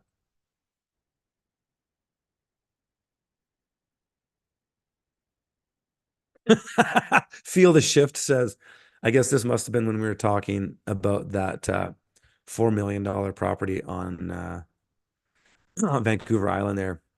Says, LOL, 4 mil, no big deal. Need four daughters with OnlyFans accounts to buy that. Just kidding. That's a good joke. That's a good joke. Not that we're serious, but it's funny. It is funny. Um, yeah, so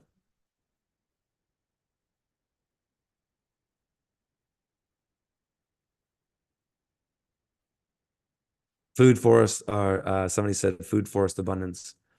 Maybe I've heard I don't know, I don't want to say anything bad about Jim Gale. I love that guy. He's great. But I've heard a number of bad reviews of people that had designs from them. And so I hope that those reviews that I heard, some of them are people that I actually know, there was a misunderstanding there. And I hope that, perhaps Jim and his organization would have done their best to try to make those situations right. But if I were to recommend anybody to do a food forest design for you, I would suggest Dakota Cohen, number one. He is the number one guy in the world, as far as I can tell, with the syntropic food forest system, especially if you're in a cold climate.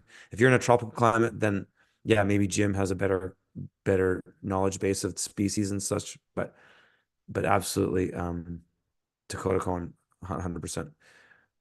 He's the number one guy out there. Um, M. Douglas says, Curtis, is your Lloydminster talk on any platform I can listen? I don't believe it is. I don't think it's streamed. I think it's a live event. And that's all the things. So I'm doing a bunch of um, live events, and they're kind of law-based stuff. If you follow me on Telegram, it's the best way to find out about that stuff. T.me /SHTF Farmer is my Telegram. Um, so that's that. But Itamar says, Curtis, if you would move to any other province, what would it be? Probably Alberta, really. Just because the values are there. Like I don't really care about the politics in Canada from the provinces. The main reason is that Canada is so sparsely populated that it's very easy in pretty much any province, except Ontario mostly, and maybe parts of Quebec. Well, part of Ontario and part of Quebec. It's very easy to just get out in the sticks and not see the state. Is just be in nature.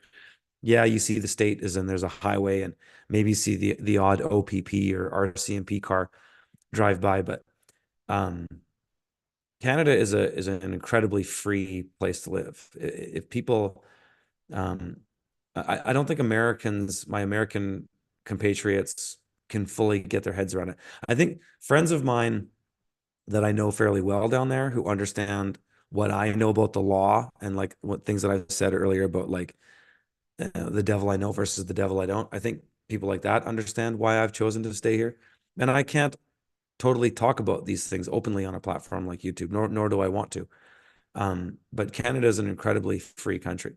Uh, if you only listen to the mainstream media or even now just any media, alternative media, you'll think that it's completely insane. But if you listen to any media, whether it's alternative or mainstream, about any country, it'll be the same. So Americans always get, they think they live in the greatest country place in the world, and that's exclusive to Americans. Americans, that's, and I love Americans, don't get me wrong, but you guys have your head up your ass a lot of the time. You know, you think America's the best thing in the world, but it's just because you haven't been to the places that you just don't know. And so it's, you know, but I love Americana too. I love America, don't get me wrong. But there's lots of other great places to live than America and Canada. Um, and we're not the only ones that have freedom. I understand it best in America and Canada because I live in Canada and I've done business in the United States for 10 years plus. And so I get it. I've traveled to most of the states.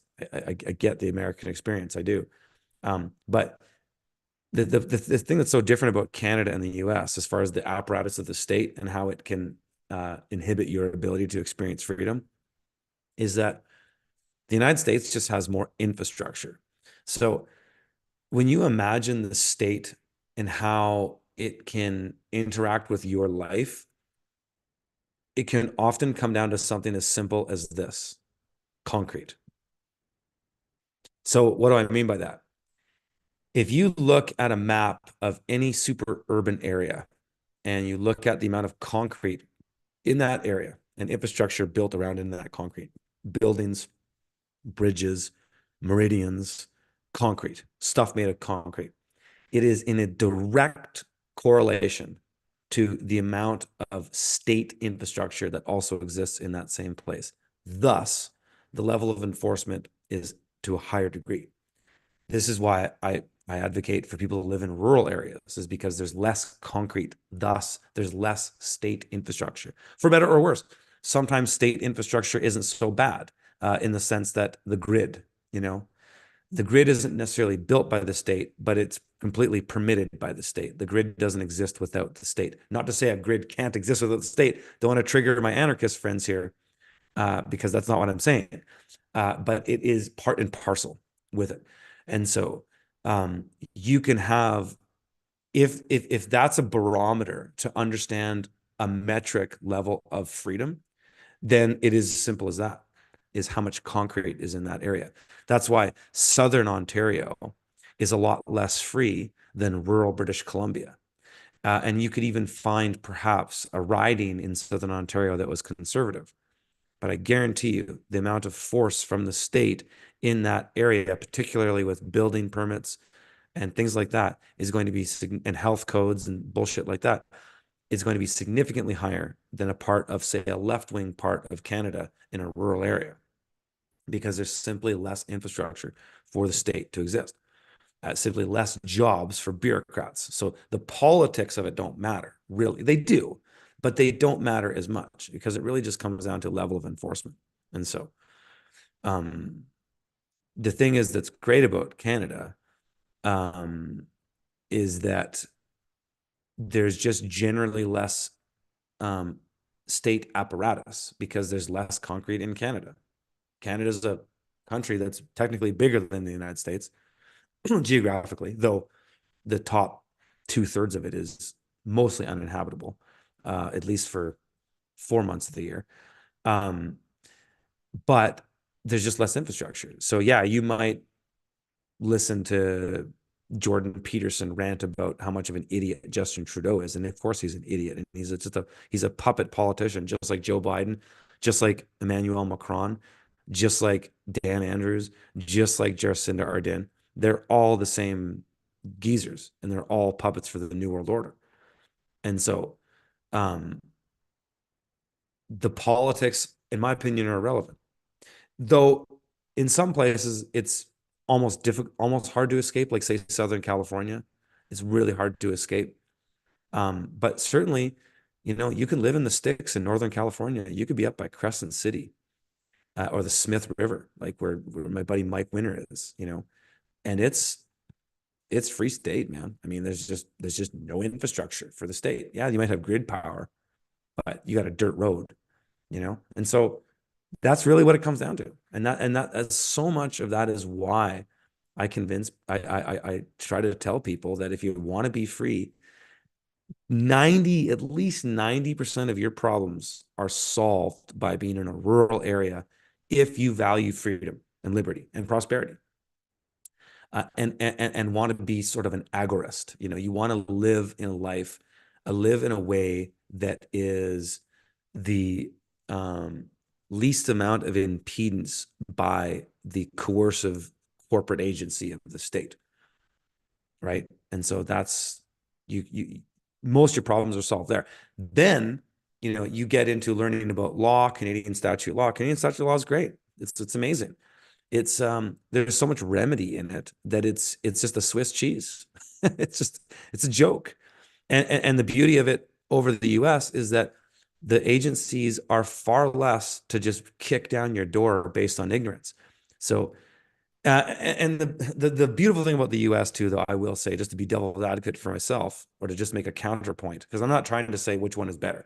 I'm just trying to say this is why I've stayed in Canada and why some of you Americans need to chill out about going, "Why are you in Canada? Oh, you're a slave." Like just saying dumb, ignorant shit. Is that yeah, you can have a higher degree of freedom here, not higher, but a high degree of freedom, just because the system is more conservative in the sense that, like in the US, for example, you could have a health inspection agency, maybe it's a USDA or FDA or one of those agencies, send you a letter in the mail. And it would say, we want to come and inspect your farm. And if you don't comply, if you don't um, comply, we're just going to kick your doors down. And legally, they might not have the grounds to do that. But because the state has so much more physical apparatus by numbers and actual infrastructure and dollars, there's more people employed by it per capita in the US than there is in Canada. This is a fact.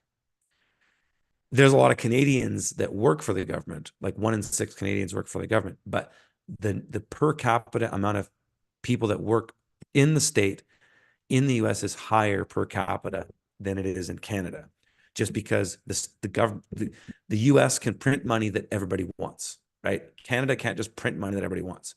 The US is the only country in the world that has that privilege. Well, the ECB has it to some degree too, but the European Central Bank, but the US has the monopoly on it. That's obviously coming to a close. But so they just have more infrastructure. And so you can have bureaucrats that are just ignorant, and you'll write a letter back and they won't even care what you said. Let's go kick down your door and employ forceful resources of the state. You might challenge them in court later and win, but that is still more likely to happen in the United States than it is in Canada. Because in Canada, because there's so much less infrastructure and so much um less infrastructure and less people per capita involved in the state, it just has less resources. And so by its nature, it operates more conservatively.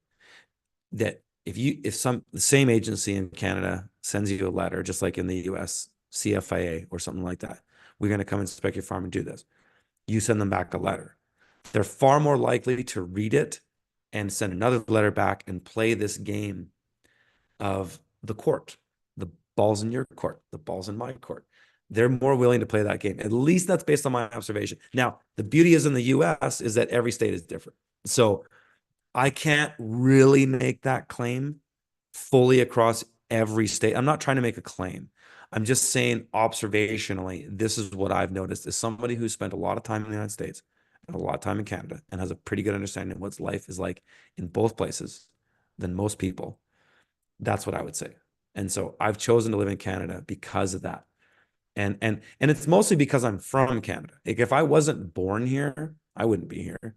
If I was born in the US, I would just move to one of those places I talked about earlier, like northeastern Arkansas, northwestern Arkansas, or central southern Missouri, the Ozark region. That's where I would go. Um, but I wasn't born in the US, and nor do I feel like expatriating in Canada or getting another passport in the US. If I was going to get another passport somewhere else, I think I'd probably get it in Mexico or El Salvador or one of those countries. Because I can just go to the United States. Like I don't have to even have a passport to go and live in the US 6 months of the year. I could do that no problem tomorrow. And I might do that at some point. But I don't think I need to have a passport. I don't, the US passport actually kind of sucks because the IRS has more teeth than a lot of other agencies in Canada. The IRS is far more forceful than the CRA. I can tell you that with a fairly high level of certainty. Um, is that I wouldn't want to have a US passport because then it's a liability. Um, whereas Canada, if you have a Canadian passport and you go and live in another country, the CRA is not hounding you nearly as much as the IRS is. But there's ways around all that shit. Don't get me wrong. But for the layman out there who's just kind of thinking of where do I want to go based on metrics of freedom, that's some thoughts I would have. Um,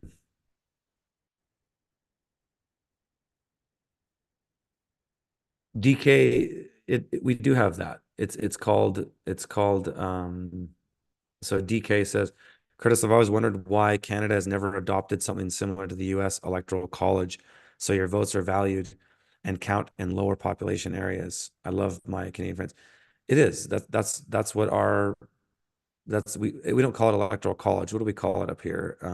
We do. It's just it's the same in the US though. Your electoral colleges, there's more representatives in areas that are higher population. It's the same in Canada. But the regions are super big. We do have a very similar thing up here. Not that it makes any fucking difference. Voting is so pointless. It does nothing. It might have, you know, in Canada prior to, I believe it was 73 when the Bank of Canada basically signed on with the Bank of International Settlements and they changed the whole Canadian banking system. Canada's banking system actually had integrity for 60 more years than the US did, right? Because we all know US history that 1913 was, a big turning point for corporate America with the inception of the Federal Reserve Bank at Jekyll Island with the boys at Rockefellers and the Rothschilds and all the Carnegies and all those old boys. Canada didn't do that until 1973. So we had this period, 60 years in Canada, where it was totally nebulous politically because the BNA Act that was never ratified and all this stuff about the Statute of Westminster and the Statute Law Revision Act from the British North America Act, which basically um, made the Queen or the Crown no longer successors after Queen Victoria, basically eliminated the Dominion. And what we have now is just a fake illusion of a Dominion. There is no Dominion. It's just corporations. And so that information in and of itself doesn't really matter that much. Like stuff that I'm teaching people these days isn't really that stuff's not that important uh, because you just go straight into what works, where's the remedy, where's the article, where's the principle, where's the higher jurisdiction, where's the thing that gets me the thing that I want. That's just what I go to. I don't really care about all this stuff about whether it's a corporation or not. Yes, it's fascinating. It's a cool red pill or black pill in a way. Also a white pill in some ways when you really get down to it because the remedy's in all of it. And so, anyways, I'm digressing. Darren, thanks for the super chat, brother. Um, how is that carbon tax treating you? Your purchasing power will always have more power over your vote. I don't know. I haven't really noticed the carbon tax. I mean, uh, yeah, I haven't noticed it. We have inflation, and that's it.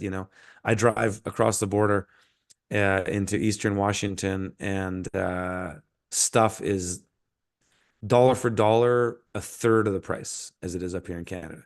It's insane. So yeah, inflation is insane up here.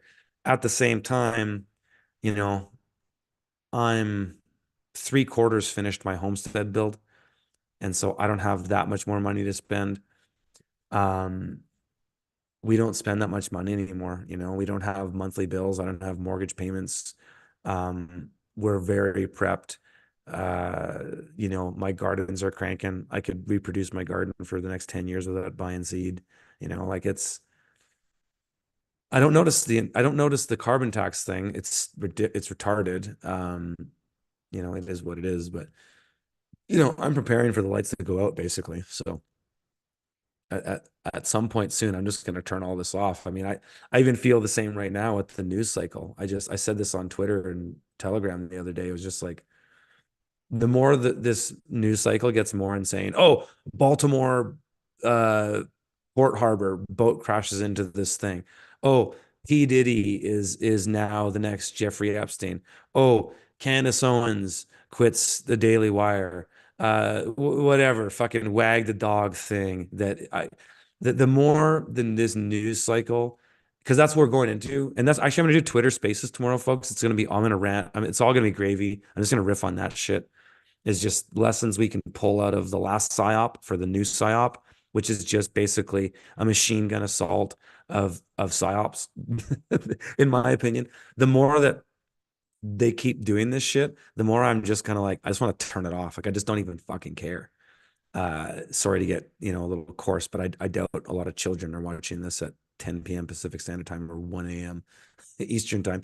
So I'll get a little raw dog here, but before I wrap up, but um, I just don't fucking care. I look at my Twitter in the morning.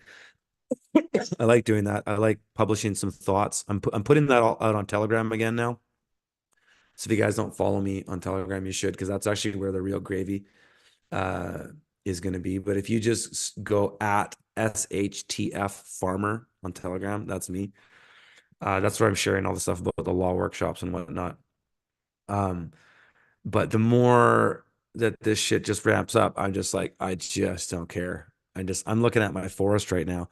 I've been, I have been thinning. I've thinned about 2 acres. My brother-in-law's been helping me. It's amazing. We've taken 2 acres of forest and just taken all the brush, all the dry branches, all the shitty leaners, all the scrubby trees and brush, pulling all the deadfall off the ground. Unbelievable. Unbelievable. I think I've shared some stuff. I shared a video actually on YouTube, I don't know, maybe a few days ago. And that's where I'm at. I'm just like, man, that forest is absolutely incredible. Um, so just the more that all this psyop shit keeps going, I'm just like, I'm starting to just care less and less. It's just so retarded. I could just care less. Um, Itamar says, "Do you think the Baltimore Bridge thing was planned?" I don't know. I just don't care anymore. It's just it probably was. Does it matter if it was or not in my life? Not at all. The fact that it happened might, because it might block a port of entry or a port for shipping goods or things. It might affect me in some inadvertent way at some point. But you know, when they had that blockage in the Suez Canal, that was a bit of a nothing burger. I mean, I think it's just gonna be a bunch of shit, and um they're just gonna be throwing this stuff at us at all angles. And so, and whether everybody's in, like whether Candace Owens is in on something, I don't know. I don't care. I like her. I think she's seems like a cool chick. And but oh, people, Curtis, you think Candace Owens, you trust Candace Owens? Like, no, I don't really trust her. I don't really put any faith or stock in her, but she says some things that are interesting that I agree with. She's not blowing my mind on a regular basis, but I do like her editorial style. I think she's a good journalist, like Tucker Carlson. Do I trust Tucker Carlson? Absolutely not. After that Kevin Spacey thing, not at all. Do I like his monologues still? I have to admit, I still kind of do. I don't listen to him very often anymore, but you know, it is what it is. Am I putting stock in the outcome or success or every single word that some individual says, just like Jordan Peterson? No. So do I give a shit that, oh, if they turned out to be a shill? No, because I'm focused on my homestead. I'm focused on my life. I'm focused on creating value in my circle. So if I find something entertaining, who cares? Right. That's what kind of annoys me about just the truther space is like people are always like, oh, you're only hardcore if you think everybody is controlled opposition. Like even me, like people literally think I'm controlled opposition. I mean, very few, but I see it in the comments. Oh, Curtis is making Masonic signs. Like I'm not a Mason, it's retarded. And it's sort of this is sort of it's this endless loophole that truthers get stuck in where you're just in a endless groundhog day of limiting beliefs and everybody's controlled opposition. Like people like Amazing Polly are like that. Like I used to like her. I don't really like her that much. She blocked me on Twitter because I asked her some questions. And I don't really care about that actually, because it's not like she's my real friend. But she's another one of these truthers that just thinks everybody's controlled opposition. Like everybody's a sellout. Everybody's in on the big thing. And it's a fucking waste of time. Like that kind of content is a complete waste of time. Literally. Like it literally brings you no value. It does nothing for you. Like I'm on here showing you homesteads, showing you places that you could live on and create a fucking life. I'm showing you stuff that you can do that can empower your life. Most of these truthers are just showing you shit to get you angry. It literally does nothing for you. Is there anything wrong with watching that stuff? Not at all. Not at all. I don't give a shit.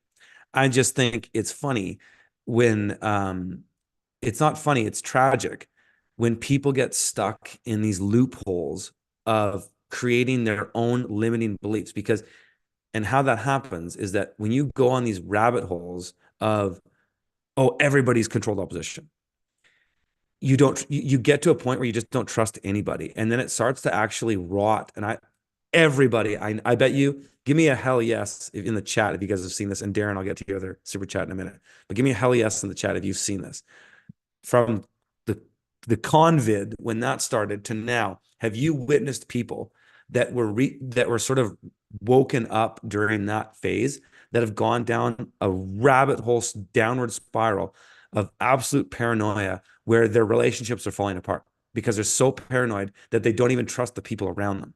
That's what if you only watch Amazing Polly and David Icke, and I love David Icke still, don't get me wrong, but if you only watch stuff like that, if you're only watching Alex Jones, you're only watching uh, stuff, and I like a lot of these people. Don't get me wrong, but if you're just watching truther shit that's like that, and there's no resolution for you, and the information is not empowering you anyway, there's nothing wrong with getting information. Don't get me wrong. I still watch those people from time to time.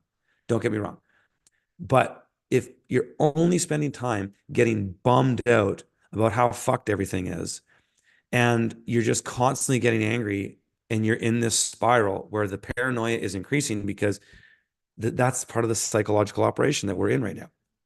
And I'm going to riff on this stuff tomorrow in tomorrow's spaces way more, and you guys can call in and tell me if I'm an idiot or if I'm right or whatever. But that's the thing is that it just gets you in a loop that is a psyop. Like the psyop is part of the psyop itself. So the idea of the psyop is also part of the psyop. But the psyop's real, right? All these things, the Rona, um, all the political gaslighting, the woke stuff, all of it is propaganda. All of it uh, is a psyop, a psychological operation to demoralize you and destabilize culture. Yes, but because so much of it has come out now, the New World Order has pulled a Tai Chi move where they're just going to go, okay, well, everybody's waking up anyways, so let's just encourage that. And then you have TikTok. Now you have all these truther content creators on TikTok, and I don't want to demean any of these people because I'm sure most of them mean well. But the TikTok generation has taken what used to be really good truther content and made it into absolute fucking garbage fast food that will lead you nowhere. All it'll do is it's instant slot machine gratification to get you pissed off and just keep you in this endless loop of getting angry and then thus feeling hopeless. And that's what they want. And that's not what I'm about. I want to inspire you. Like I'm based. Yeah. I'll throw out red pills. Yeah. I'll call out shit. Yeah. But at the end of the day, I don't want you to leave anything that I produce angry. I want you to be inspired and I want to help give you tools to do something with so that you can improve your life. Because a world that's better for you is also a world that's better for me. Because if you share my values and you value, you know, faith, you value family, you value freedom, faith, I like faith, family, freedom. If you value those things, then you're in my tribe. And I want you to not be bummed out on the latest, psychological operation that Amazing Polly has unraveled for you in this long thing of connecting dots of information that is absolutely useless to you. Uh, I would way rather you build your homestead and get your food forest going. I'd way rather you go into your forest like I am and thin it out so that you can prevent a wildfire. I'd way rather you build a pond like I do. And so whether you agree with me on every little issue or not, I don't really care. And whether I agree with you on every other issue, I don't really care. If at the end of the day, you're out there being a productive individual that is leading forward with good intentions and good work, and building good relationships, you're the kind of person that I want to be around with. I don't want to be around with all these angry truthers. And I think a lot of, and this is, I'm going to go way more into this tomorrow, but I think, a lot of what people have discovered over the last number of years is just because you're awake doesn't mean you're a good person. Just because you didn't want to take the shot and just because you went to the freedom rallies and all that stuff doesn't mean you're a good person, because there's a lot of assholes and a lot of scammers and grifters in that space. And I think a lot of people have figured that out now. And I'm not naming any names. I don't need to, because we all know them or have them in our lives, or around us to some degree. But, you know, being like really based, if I were to use that term, I don't really ever use that term, but people throw it at me all the time, so I might as well use it. Is like, yeah, I'd way rather be around people that are, say, 90% of the way with me is on the truther stuff, but 100% or 150% of the way with me on the homestead stuff, because it's just simply more valuable. Like I have neighbors in my area that we won't talk about politics, but I know if there was a forest fire in this region, every single one of them would be all hands on deck. And so that's more valuable to me than, oh, have you, who's the latest controlled opposition today? Oh, you're not aware of who the latest controlled opposition is? Oh, you're an idiot. Therefore, everything you have ever said means nothing, because therefore your judgment is so skewed that how could I ever trust anything you ever said? This is the shit that people say to me. People are fucking retarded with it. But I love you guys. Don't get me wrong. I like ranting on haters every now and then. It's kind of fun. Uh, but it's funny, and it's a good laugh. But at the end of the day, I want you guys just to crush. Like, I just want you to do this shit. Take the information I'm showing you, do something with it. That's yeah. I don't really want to talk about the law stuff on here very much anymore, but I'm starting to show people more of that stuff in the private. And if you're curious about that, just follow me on Telegram, and I share more stuff about that. But I'm just trying to give people tools, like things that you can use, that you can do shit with, not just get angry about, or not just have your mind blown about. It's just like, use this information, use this to help you. Um, yeah, DK says same thing. Shakti says, agree. I'm going to listen to this video again tomorrow. It's late and I got to get to sleep. Yeah, I hear you.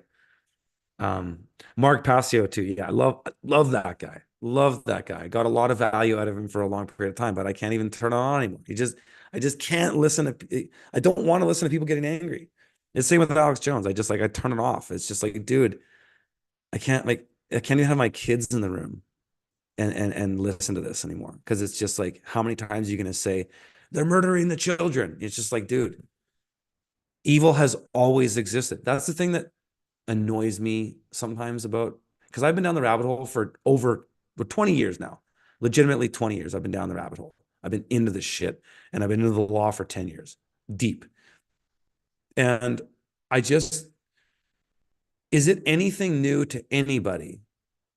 Is it new news to you if I told you right now that evil has always existed and there's always been heinous crimes committed against the most innocent people and all that? Would that be news to you if I just said it to you in such a broad, a simple way? I don't think anybody would be surprised, especially if you've ever read the Bible. You might not have ever watched a Hollywood movie, but if you read the Bible, you understand about evil and you understand what, you know, people are capable of. Or if you've read any great literature, any classic literature, you understand. And so that is not, so the fact that all these things are coming out about all this great evil that's happening is important. Yes, it is important, right? And there needs to be justice. But you also need to feed your family at the end of the day. You also need to make sure that you don't get swallowed up with the masses when the shit really starts to hit the fan, if it does. You need to make sure that you're there for your kids. You need to make sure that you're there for your wife. I got one finger pointing at you, and I got three fingers pointing at me. I'm saying to you what I say to myself. We need to be there. And so if you're letting all this information, all the QAnon stuff that came out, all this stuff, if you're letting this hinder your life, then you're not crushing. So that's what I would say to that. And so, yeah, you gotta, Meta the Maggie says, you gotta live, love, you gotta laugh, you gotta have fun, right? You gotta surround yourself with people that are positive. Man, that'll change your life so much. You get rid of the one toxic friend you have that's just always talking shit, always bagging on people, always negative, always sarcastic. Get rid of that fucking guy. Stop talking to that fucking guy. And your life, you'll be like, wow, my whole world is different. And again, three fingers at me, one finger at you, three fingers at me. I didn't mean to do that sign. Somebody's probably like, "Hey, Curtis is a Mason." Um, is that I had to do that many times in my life. There's like key toxic people that I had to cut out of my life, and it just changed everything. And then I started seeking out people that were positive, starting to seek out people that reflected the behavior that I wanted to be, right? And then start letting people come to you that want to be you represent what they want to be. And so I was talking to my buddy Andrew Kaufman. He has no Dr. Andrew Kaufman. Him and I have become pretty good friends. And we were talking the other day, and I was telling him about that's what other thing I learned from Ty Lopez, actually, watching his videos years ago, is structure your friend circles, not according to numbers or by math, but structure your friend circles in thirds. Is that one third of the people that you spend time with are greater than you, and they're what you aspire to be. They're somebody that you'd like to be in 5 to 10 to 20 years. And then one third of the people you spend time with are your peers. They're people that are at your level, uh, that are, going for it, that are close, and you can be competitive with them. With men, it's a really healthy thing to do. Especially, I would encourage young men, be competitive with your friends, but be competitive in a cooperative way. And find ways that you can cooperate but also compete with each other, and you can throw shots at each other, and you can bullshit, and you can make fun of each other, but it's all with love, and all for a desire to see them be better and celebrate those successes and mourn those losses and be there for those friends. And then the other third are the people that you mentor. I have a number of friends that are in their 20s that want to be to a place like I am, and I want to mentor them and help them. And that brings me great joy to do that. But the common denominator between all those people is that all of them are striving to be better, and they're striving to help others, and they're they're living forward with good intentions and love and abundance, right? That's the common denominator. And so if you only surround yourself with people with those intentions and then look at people in thirds in that way, I guarantee you, your life will significantly change. When I started doing that, I had so much serendipity happening to me. Whereas I had so many years where just bad things always happened to me. I was always bad luck. I'd break a finger. I'd just like do things like I'd stub a toe, and I always have bad things happen to me. I'd get in a car accident or whatever. I'd bad things happen to me, and I always be pissed off, and I would be talking about those things. And every time I ran into you, I'd just be telling about shitty things that happened to me or somebody else. And I still have, I'm not perfect with those things. I try to do my best to wean those things out. It's a constant state of moving forward. But then when I started to change that and just started to force myself and train myself to not think negative, was to be like, get up every morning and be like, okay, you have to say positive. The first things that come out of your mouth have to be positive. The first things you say to a person have to be positive. Um, the first thoughts that you have to be positive. If it's rainy outside and you didn't want that, you got to say, well, this is great because now it's cleaning up the streets. You have to start to train yourself to to think about things positively. And that's what I do. Like I tell people I'm an eternal optimist. Yeah, I post base shit and I call stuff out, but I'm still optimistic about everything. And so um and that's how I am with my friends. And when you do that, you it just changes your world because human beings are creators. We create our own destiny, and I believe we have an incredibly high spiritual calling that's going to take us to the next level the more of us that come together and do this. And so I have zero fear of the New World Order, Klaus Schwab, all this bullshit. Zero fear. Oh, did you see the latest bill or act that was signed in? Oh yeah, some idiot wrote a thing on a piece of paper and I'm supposed to care. That's what it is. All these acts, all these statutes, all these bills, that's all it is. Oh, some idiot who thinks he has authority over you wrote some stuff. Hey, I wrote a bill on the bill to protect neighbors from burning bags of shit on their doorstep. And Article 5 says that if you get caught burning a bag of shit on somebody's doorstep, you must thereby go burn a bag of shit on somebody else's doorstep. That's on the statute, man. And you're in violation. You see that? It's like but that's what this stuff is. That's what the legal system is. It's a bunch of bullshit.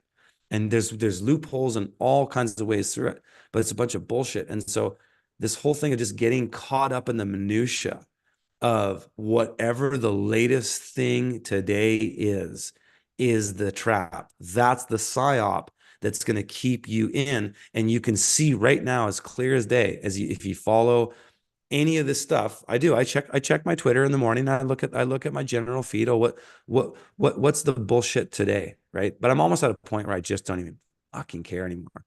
But I still look at because I'm just kind of keeping my eyes on what's going on, right? Um, but it's just like they're just dialing it up. That's all they're doing right now is they're just dialing it up. Oh, let's crank up the events. Let's dial it up. Okay, event here, event there, event. Oh, look at this. Look at this. Did you say what this person did here? Blah blah blah. Dial it up. Just crank up the news cycle. It's absolutely madness, and it's a road to nowhere. It's a bridge to nowhere. So don't get caught up in it. Do your thing, build your homestead, grow your family, be good to your children, spend time with them. I was watching before the stream, I put my kids or put my boy to bed. We were watching street skateboarding X Games. He's all into skateboarding now, and so we were watching. We don't. I have to admit they've watched a bit more shows this winter than they normally do. But it's been pretty gray and cold lately. So we're watching some shows and we really curate what they watch. And my boy is just super into skateboarding right now. So we're just watching pro skating and it's awesome. And it's something that I can do with just my boy. I'll do things with just my girl too. Gardening stuff she's really into. But spend time with your family. And this is why I'm not as much of a content guy as I used to be. I would rather be spending time with my family. It's not, I haven't been streaming and doing spaces every week. I haven't been putting as many videos out. I'm trying to create content in different ways. That's why I focus on putting properties out for people on the Homestead Accelerator. We built that Finding the Perfect Homestead Property course. Um, and I'm just doing different things, but I want to spend more time. And I don't want to just get caught up in the latest minutia and be so, listening to, Owen Benjamin's live streaming for the 6 hours straight about all this gay shit. And it's like, who fucking cares? It's just like, ugh. It's a tragedy to me seeing so many people spend so much time on bullshit and not crushing when they could be. And yeah, it's just funny. Feel yourself relax. As agreed. Jordan Peterson has been very interesting to listen to, but lately is always angry tone of voice. Totally. I just can't listen to people like that, especially people who have ill will for people, like people who have obvious bad intentions for people. I just can't get into it. And that's the thing that I find sketchy about some truther stuff that just calls everybody controlled opposition. Is it's like so many people, it's almost like the N word or the J word, how they've become so played out, or call you a racist, or to call you a misogynist, or to any epithet that the left or right could call you. It's the same thing with the controlled opposition thing now. It's just like it's so played out. If you call everybody controlled opposition, nobody's controlled opposition anymore. It's just it just becomes meaningless. And so there's all these truthers out there, just throwing everything, wild accusations with sometimes limited evidence of people. It's just it's terrible. It's ridiculous. It's like yeah, when Owen Benjamin accused Jim Bob, the artist, of being a pedophile because he at one time made a ring with a piece of pizza on it, because at one point in his career he was a liberal artist and that was a trendy thing to do. But to go out and make a claim like that about somebody on such limited evidence, that's such a damning thing to do to somebody, is terrible, is horrible. And there's so many people out there that do that shit and it sucks. Like why do that? Just fucking do your thing, man. But at the same time, people are just chasing clicks. They're just they're just they just want your money, They just want your money. Um and hey, I make money creating content. That's clear.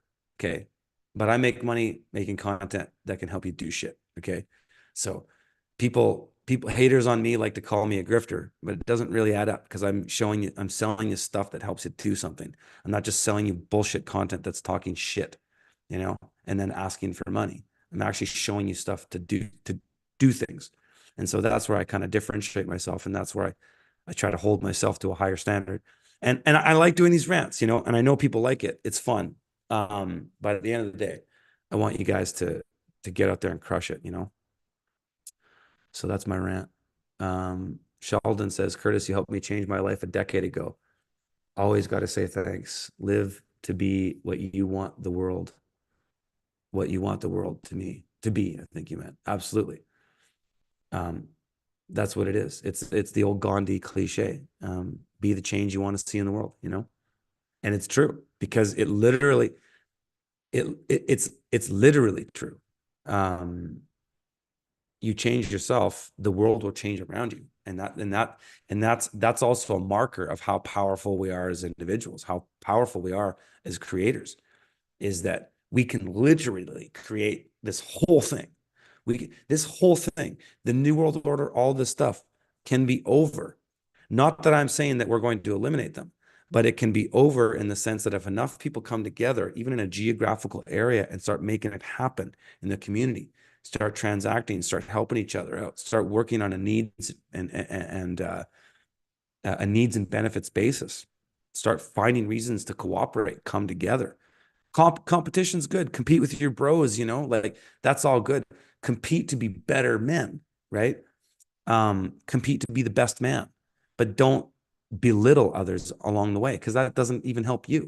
It might in the short term because it might get you more clicks, but it actually in the long term doesn't help you, because eventually you'll find when you get to the end, you're alone. And that's where some of these guys that I've associated with over the years are going to end up, is eventually they're just going to be alone because they just burn everybody along the way. And then you get to the end and it's like, yeah, look how successful I am. And it's like in the Bible, like, well, what's the saying?